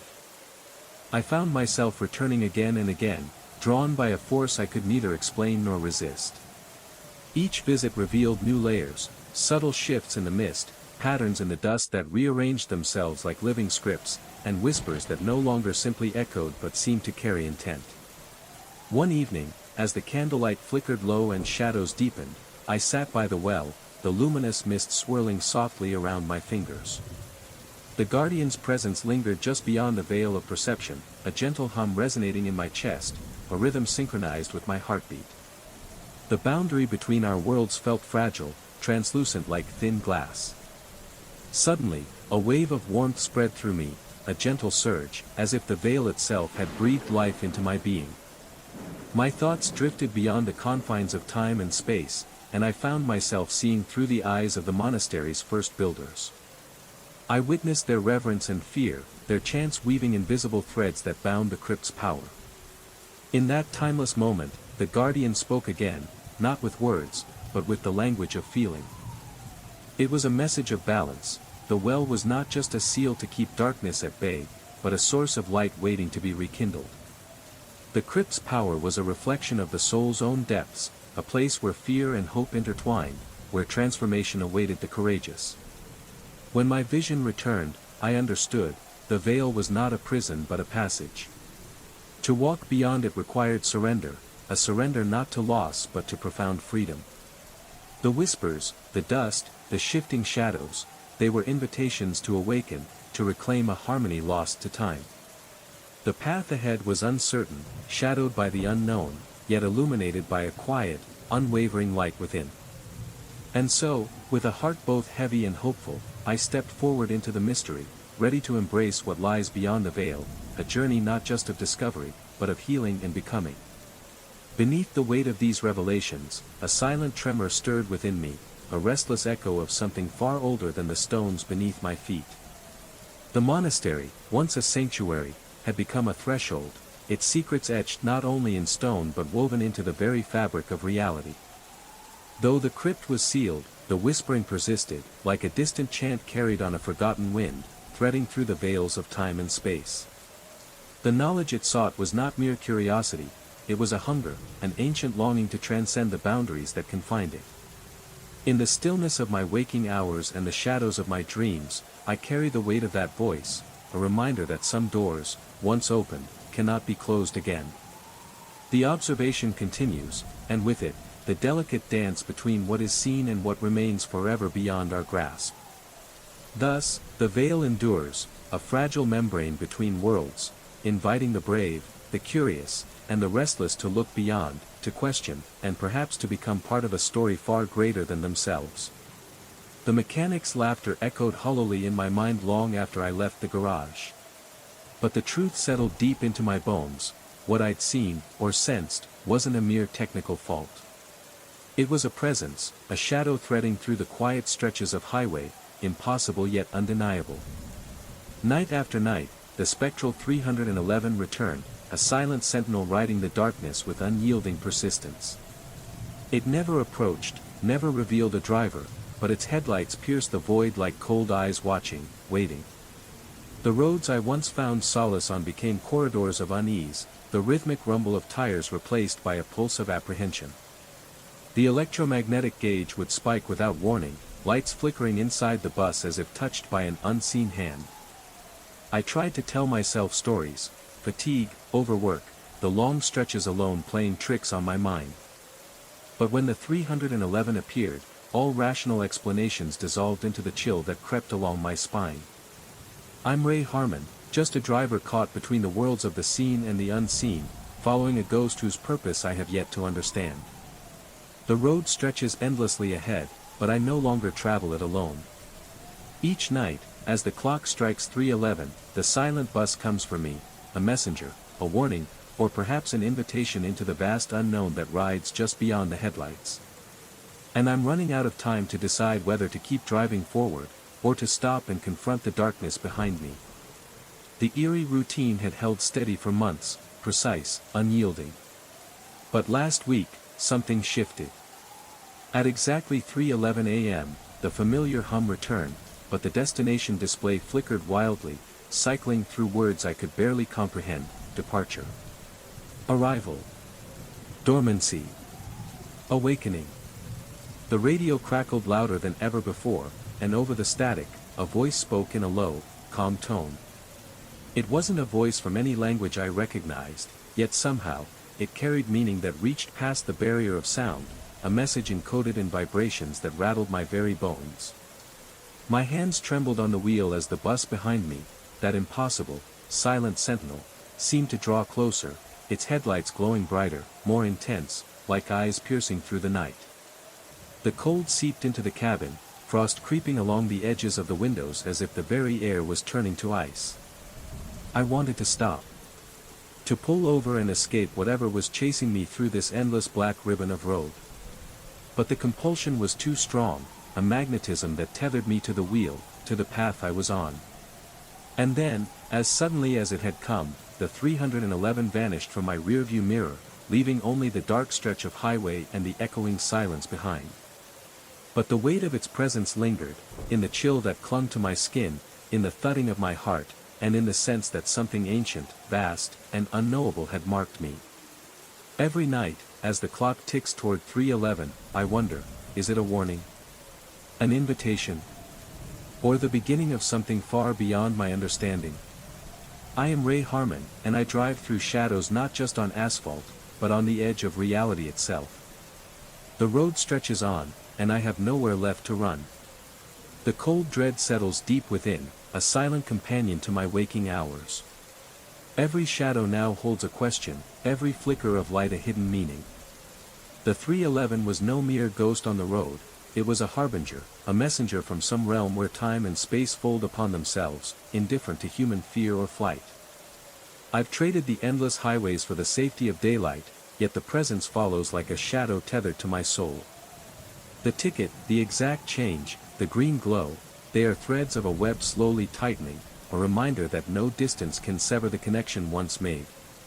Tonight, I sit in a fortress of light and sound, but in the quiet spaces between, I hear the whisper, the 311 will come again. And when it does, there will be no turning back. For now, I am a watcher, waiting on the edge of the unknown, burdened with a knowledge that others might call madness but which I carry as a heavy, unyielding truth. And so the road continues, beyond sight, beyond sound, into a place where the rules no longer apply, and the stars watch silently, waiting for their next passenger. But that night, the visions began. Shadows flickering at the edges of my sight, whispers echoing softly from the glass walls. I told myself it was the desert wind again, or the strain of long days under harsh sunlight. Yet, when I returned to the Hall of Mirrors the next morning, something had changed. The dust was swept away, but now faint boot prints marked the floor, leading deeper into the maze of reflections. I followed them cautiously, the echoes of my footsteps multiplying in every direction. As I rounded a corner, a sudden chill swept over me, far colder than the desert night could justify. There, in one mirror, I saw a figure standing behind me. Tall, dressed in period clothing, a wide-brimmed hat casting its face into shadow. I spun around, but the hall was empty, save for my own trembling reflection. Returning my gaze, the figure was gone, replaced by a swirling mist within the glass. Days passed, each visit revealing more anomalies.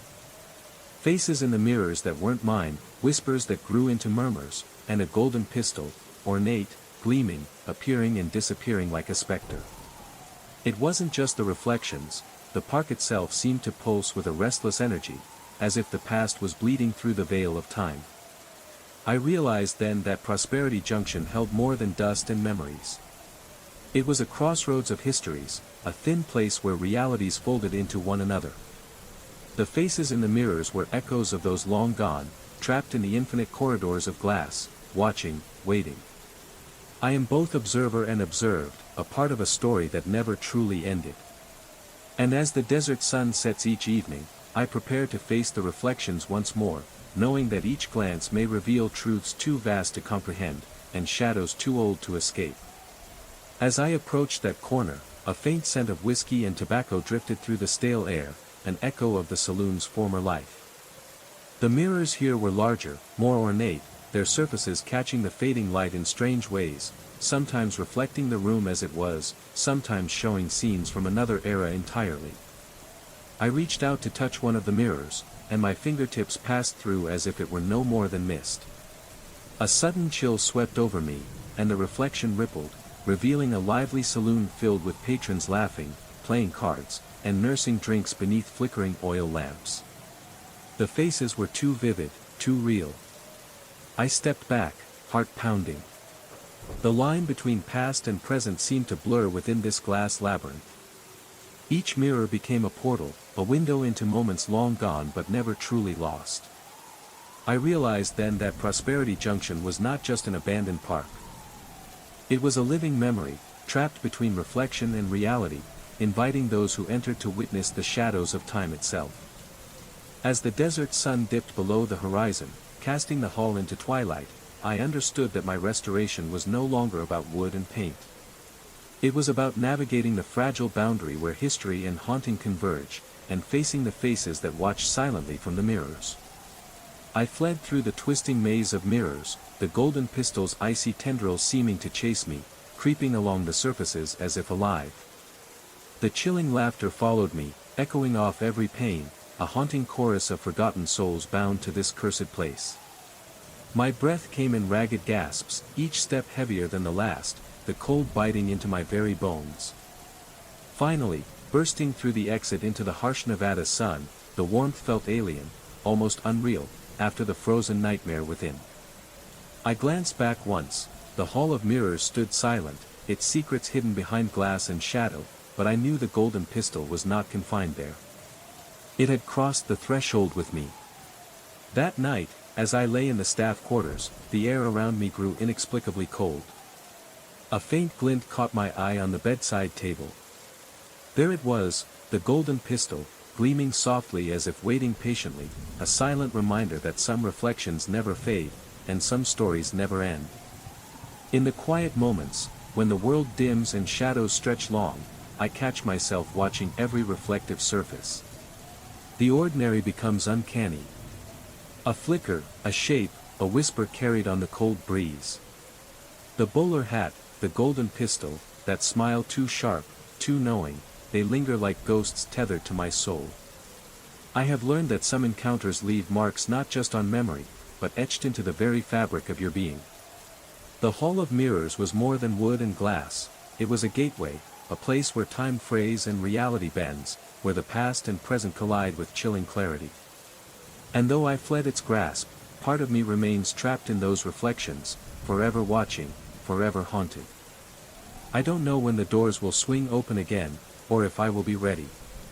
But when that day comes, I fear there will be no escape from the shadows waiting on the other side. Days have turned into weeks since I left Prosperity Junction, but the echoes of that place have not faded. Each morning begins with the quiet dread of what might appear in a reflection, a glimpse of another time, another version of myself trapped in a moment I cannot change. The golden pistol is not just a relic in the mirror, it is a symbol of a presence that refuses to release me from its gaze. I try to live normally. To bury myself in routines, in the hum of everyday life that once comforted me. But the world now feels fractured, as if I stand on a threshold between two realities. A glance at a shop window, a sudden shadow cast by a passing stranger, these small moments remind me that the veil between past and present is thinner than it seems, and the Hall of Mirrors is never far away. The local newspaper ran a brief story about the demolition, mentioning the restoration company's plan to rebuild the Lucky Strike saloon. There was no mention of me, no record of the hallucinations or the cold that seeped into my bones. To the world, I am just another worker who left a job early. But I carry the burden of knowing what lies beneath the surface. At night, when sleep is elusive, I revisit the memories, each shard of glass suspended in the air, the spectral figures frozen in their timeless dance, the chilling smile of the barkeeper with the golden pistol. Sometimes, I swear I hear the faint creak of swinging doors, the soft clink of poker chips, the distant murmur of a piano playing a melody forgotten by time. I have spoken to no one about these visits. How do you explain to a friend that your reflection wears a hat you don't own? That a gun, impossibly real, sits on your counter only when no one else is watching? The silence isolates me more than the cold ever could. A few nights ago, I dreamt of the Hall of Mirrors. I was back inside, surrounded by countless reflections. But this time, they weren't just images, they were windows. Windows into lives I had never lived, into moments that played out again and again in endless loops. The barkeeper approached me, his smile softer, almost sorrowful. "You see now," he whispered, voice a blend of hope and warning. "We are bound by reflection. The past never leaves, it waits for the present to remember." I awoke with a start, the cold sweat of revelation clinging to my skin. Was the Hall of Mirrors a prison or a sanctuary? Had I glimpsed a secret too vast to understand? The golden pistol, once a threat, now seemed a symbol of choice, between fleeing the shadows or embracing the stories they carry. In the following days, I began researching the history of Prosperity Junction more deeply. Old archives, faded photographs, interviews with locals who remembered the park's heyday. There were whispers of tragedies, disappearances, and strange accidents, stories buried beneath layers of dust and time, like the hall itself. The Lucky Strike Saloon was never just a building. It was a crossroads of lives and fates, where joy and desperation mingled over card games and whiskey. The fire that ended it was no accident but a reckoning, an event that fractured the boundary between then and now, allowing echoes to seep through the cracks. I realize now that my encounter was not with ghosts, but with the residue of moments preserved in the glass. Time, here, is not linear but layered, each reflection a portal to what was, what might have been, and what could still be. The golden pistol is a key, unlocking memories trapped in the hall's labyrinthine depths. And I am bound to that key, marked by its cold metal and the stories it carries. Whether as witness or prisoner, I cannot say. But I feel its weight every time I pass a mirror, a constant reminder that some doors, once opened, cannot be closed. I have begun to prepare, for what, I do not know. Perhaps to return, to face the reflections with open eyes rather than fearful glances. Or perhaps to protect others from following too closely behind me into the maze. The golden pistol calls to me still, a silent summons echoing through the shifting corridors of memory. In this liminal space between reality and reflection, I have learned a quiet truth, that time is not a river, but an ocean, vast and deep, with currents that pull and shift beneath the surface. And the Hall of Mirrors is one of its hidden coves, beautiful, dangerous, and eternal. So I live with the shadows and the cold, with the fragmented reflections and the unseen watchers. I walk a path between worlds, forever changed, forever wary. And when the night is still and the air grows thin, I listen for the creak of swinging doors and the echo of laughter too sharp, too cold to be of this world. Because I know, one day soon or one day far away, I will have to step back through those mirrors, to face what waits on the other side, and to discover whether I am truly a visitor or a part of the reflection itself. The days grow shorter now, and the chill in the air creeps further into my bones. I have taken to carrying a small talisman, an old silver locket I found buried in the dust beneath the park's gift shop. It belonged, I suspect, to one of the lost souls of Prosperity Junction, a token of memory tethered to a life once lived. When fear claws at me in the quiet hours, I hold it tight, grounding myself in the fragile line between this world and the reflections beyond. At times, the locket seems to pulse with a faint warmth, a whisper of presence from those trapped in the maze of mirrors. It is a reminder that the past is not silent, that memory lives not only in photographs or stories but in the very fabric of time itself, folded and refolded like the infinite reflections in that cursed hall. My nights remain restless. Sleep is haunted by fractured images, mirrored faces, glinting pistols, whispered conversations lost to time. Sometimes, I dream of walking through the park as it once was, vibrant and alive, sunlight streaming through the dusty air, laughter and music swirling around me. Other times, I am trapped in the hall itself, the mirrors stretching endlessly, voices calling my name from every direction. I have come to understand that this is no mere haunting. It is a dialogue, a weaving of past and present, of observer and observed. And though I have fled, the hall has not forgotten me. It waits patiently, like a tide pulling at the shore, promising that one day I will return, drawn back by the inescapable gravity of memory and loss. I have begun to write, to record what I have seen and felt. To capture the reflections, the shifting realities, in words that might serve as a map for those who come after. Perhaps it will be a warning. Perhaps it will be a guide. Or perhaps it is simply another thread in the endless tapestry of time, woven by hands unseen. Sometimes, in the silence, I hear the creak of swinging doors echoing faintly through my apartment, and I wonder if the barkeeper watches still, polishing that golden pistol with his sharp smile. I wonder if the reflections flicker just out of sight, waiting for the moment when the veil thins again and the past spills into the now. Until then, I carry the weight of the hall with me, a silent companion in every mirror, a presence in every shadow. And I wait. Because some stories never end. They simply wait, like a reflection lingering just beyond the glass, waiting to be seen. In the days that followed my flight from Prosperity Junction, I found myself trapped in a liminal space between relief and dread. The physical distance from the park did nothing to sever the tendrils of that place from my mind. The hall of mirrors had imprinted itself on my very being, each reflection a fragment of a reality folded within our own. I carried its weight in sleepless nights and tremors beneath my skin. Friends noticed the change, my voice quieter, my gaze distant as if perpetually watching unseen corridors beyond the reach of daylight. Attempts to explain only deepened their concern, but how could I translate the ineffable? How to speak of shadows that moved independently, of faces frozen in time behind cracked glass, or the sharp smile of a barkeeper who existed somewhere between this world and the next?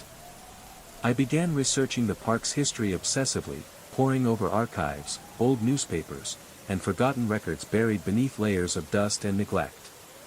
Prosperity Junction was more than a relic of Americana, it was a palimpsest of memories, echoes layered upon echoes.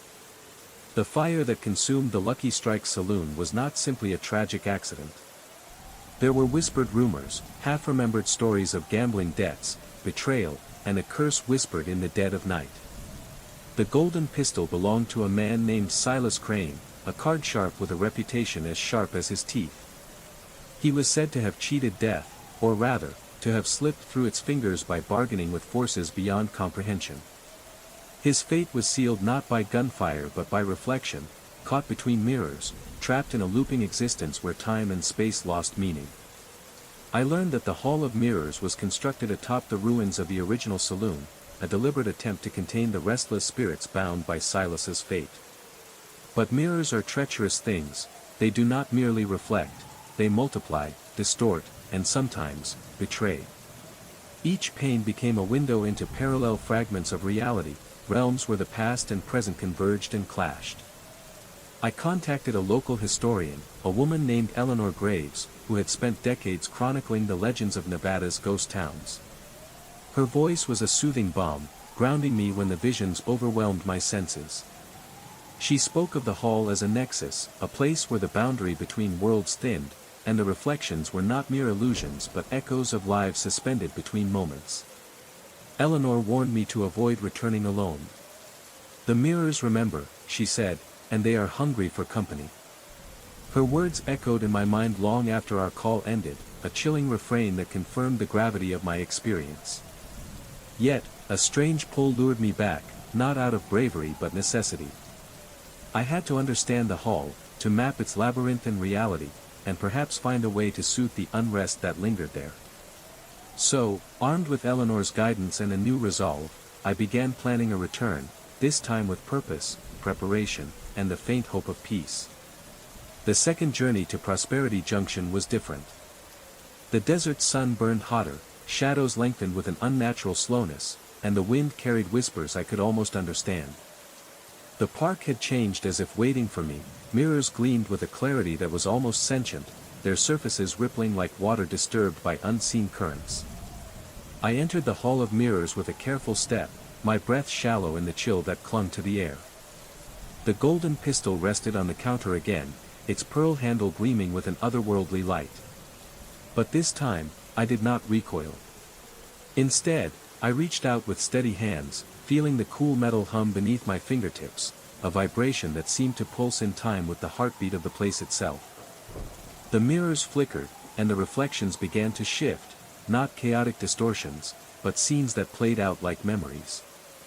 I saw the saloon in its prime, laughter spilling from its doors, the clink of glasses, the low murmur of conspiracies whispered in smoke-filled corners. I saw Silas Crane, his eyes sharp and haunted, holding the golden pistol, locked in a game that was never meant to end. Then the reflections grew darker, fractured. Faces morphed into masks of terror, the room filling with the scent of gunpowder and fear. The barkeeper's smile widened impossibly, teeth glinting like shards of broken glass. The temperature plummeted, and the mist that clung to the floor swirled upward, wrapping me in its cold embrace. I realized then that the hall was a living memory, a place where the past was not dead but insistent, seeking acknowledgement, perhaps release.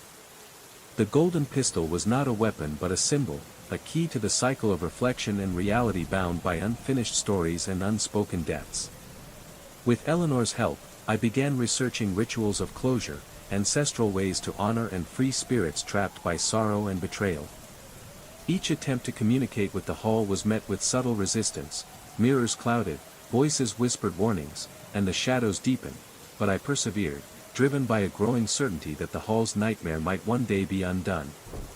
Nights stretched long with whispered conversations, reflections that flickered between menace and morning. I learned to listen not only with my ears but with my soul, sensing the subtle currents beneath the glass, tales of love lost, of greed's price, of a man caught between worlds and desperate for peace. The Hall of Mirrors remains, a nexus of reflection and memory, a haunting testament to the fragility of time and the persistence of stories untold. And I remain its reluctant witness, walking the thin line between fear and understanding, knowing that some reflections are windows, and some are doorways. Days turned to weeks, and I found myself drawn deeper into the web woven by the Hall of Mirrors. Eleanor introduced me to an old journal, discovered in the archives of a defunct sheriff's office in a nearby town. The leather-bound volume was weathered and cracked, its pages yellowed with age, but the ink remained surprisingly vivid. The author, Sheriff Eli Whitmore, Prosperity Junction's lawman during the park's heyday. Whitmore's entries spoke of Silas Crane not as a mere gambler but as a man entangled in a struggle between mortal and otherworldly forces. The journal hinted at secret meetings in the dead of night, at pacts made in shadowed corners beneath flickering lanterns.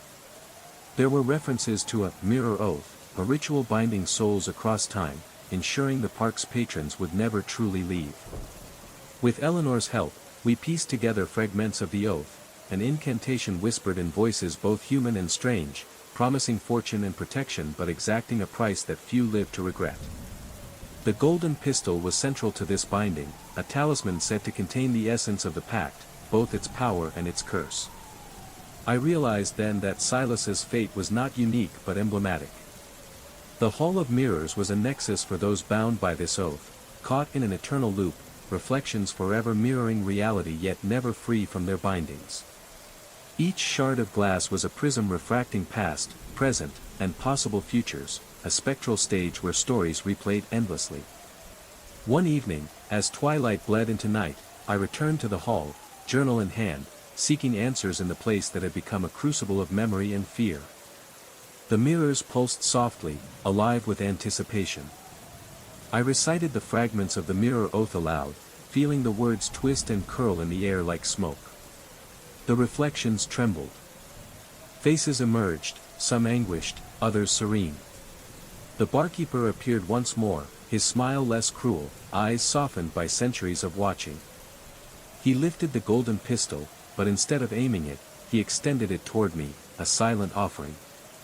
I reached out, taking the pistol into my hands. Its weight was paradoxical, both heavy with history and light as a whispered promise. The room filled with a chorus of voices, the patrons of the saloon standing in silent vigil. The mirrors rippled, and for a moment, I glimpsed a path beyond the glass, an escape from the looping nightmare. But the path was not free. To break the oath meant severing the ties that bound, risking the collapse of memories and the loss of those trapped between worlds. I faced a choice: preserve the hall as a haunted testament to the past or become the catalyst for transformation, whatever the cost. As dawn broke, the golden pistol glowed faintly, a beacon in the shifting maze of reflections. I knew the journey ahead would demand more than courage. It would require sacrifice, understanding, and perhaps the willingness to become part of the story I sought to end. The weight of the golden pistol pressed heavily in my palm, its surface smooth yet humming with an energy both ancient and restless. The hall of mirrors seemed to breathe around me, reflections flickering like candle flames caught in a breeze. The patrons' eyes, those frozen watchers of an endless past, fixed on me with a gravity that was both accusing and imploring. I felt Eleanor's presence behind me, steadying, reminding me that I was not alone.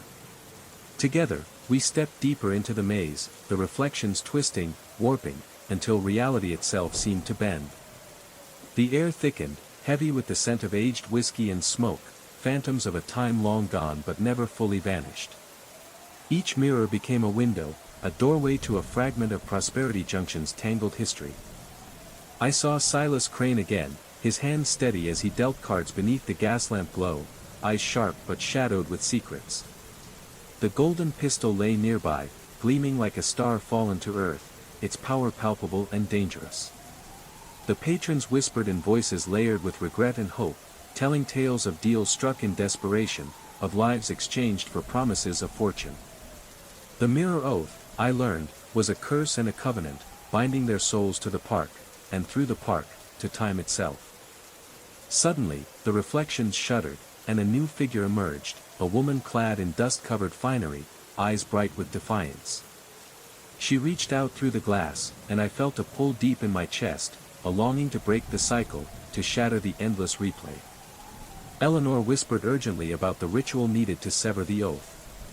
It required the golden pistol to be fired, not in violence, but as a symbol of release, aimed at the heart of the hall's binding magic. But doing so would awaken forces ancient and unknowable, and once begun, the path could not be undone. Fear clashed with determination as I weighed the choice. To leave the Hall of Mirrors as it was meant consigning its prisoners to eternal reflection, or to risk the unknown in pursuit of freedom. The weight of history pressed down, but so did the quiet hope shimmering in the woman's gaze. I raised the pistol, the mirrors trembling in response, and took a steadying breath. The room dissolved into a whirlwind of light and shadow as the oath's echoes rose in a spectral crescendo. And then, 4 hours 4 minutes and 58 seconds.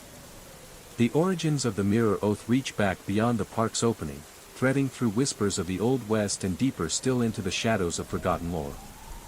It began long before Prosperity Junction ever dreamed of its dusty streets and wooden facades, when the land itself was wild and untamed, alive with spirits both restless and watchful. Long ago, before the railroad cleaved the continent, before the saloons and card tables, there was a pact, a binding made not of ink and paper, but of reflection and shadow. In a time when men and spirits walked the earth in uneasy balance, a gambler named Silas Crane made a desperate bargain to escape ruin. Silas was no ordinary man. Rumors whispered he was touched by something otherworldly, a flicker in his eye that betrayed knowledge of realms unseen. Facing debts he could never repay, he sought a way out, and in the dead of night, beneath a moon that hung low and heavy, he met with a figure cloaked in darkness, whose face was never seen but whose eyes glowed like embers. The figure offered Silas a deal, fortune beyond measure and luck unending in exchange for a fragment of his soul, bound forever to a mirror. The mirror would become a prison, a nexus where time folded upon itself, capturing Silas's essence and that of all who crossed its path. With no other choice, Silas agreed. The ritual was performed, mirrors crafted and enchanted, their surfaces polished not just to reflect but to trap. With each game of cards, each roll of dice in the Lucky Strike saloon, souls were ensnared, becoming echoes bound to the mirror's depths. The golden pistol, crafted by a master gunsmith whose name was lost to time, became the symbol of this oath. It was not a weapon to kill, but a key to bind and unbind, its engravings inscribed with cryptic sigils meant to seal the pact. Over the years, the mirror oath grew stronger, entwined with the very fabric of the park. Patrons who lingered too long found themselves drawn into the reflections, their realities merging with the spectral scene. The saloon fire, far from an accident, was a rupture, an attempt by those bound to escape or perhaps to sever the curse. Yet, the mirrors endured, their magic deepening in the decades since. Prosperity Junction's slow decay became a physical manifestation of the oath's corrosion, the Hall of Mirrors a labyrinth of lost souls repeating their final moments endlessly. Now, standing within this haunted maze, I grasp the terrible weight of the mirror oath, not just a curse, but a warning. That some bargains demand more than coin or flesh, they demand the very essence of time and memory, a price paid in endless reflection and silent witness. The golden pistol's true power lies not in violence but in choice, the power to shatter bindings or to perpetuate them. To wield it is to walk the razor's edge between liberation and eternal entrapment. As the echoes of the past swirl around me, I understand the stakes. To break the mirror oath is to confront not just ghosts, but the fragile boundaries between reality and reflection, life and shadow, freedom and fate. And so, with trembling hands and a heart full of both fear and hope, I prepare to face the legacy of Silas Crane and all who came before, to write a new chapter in a story that has echoed through the mirrors for more than a century.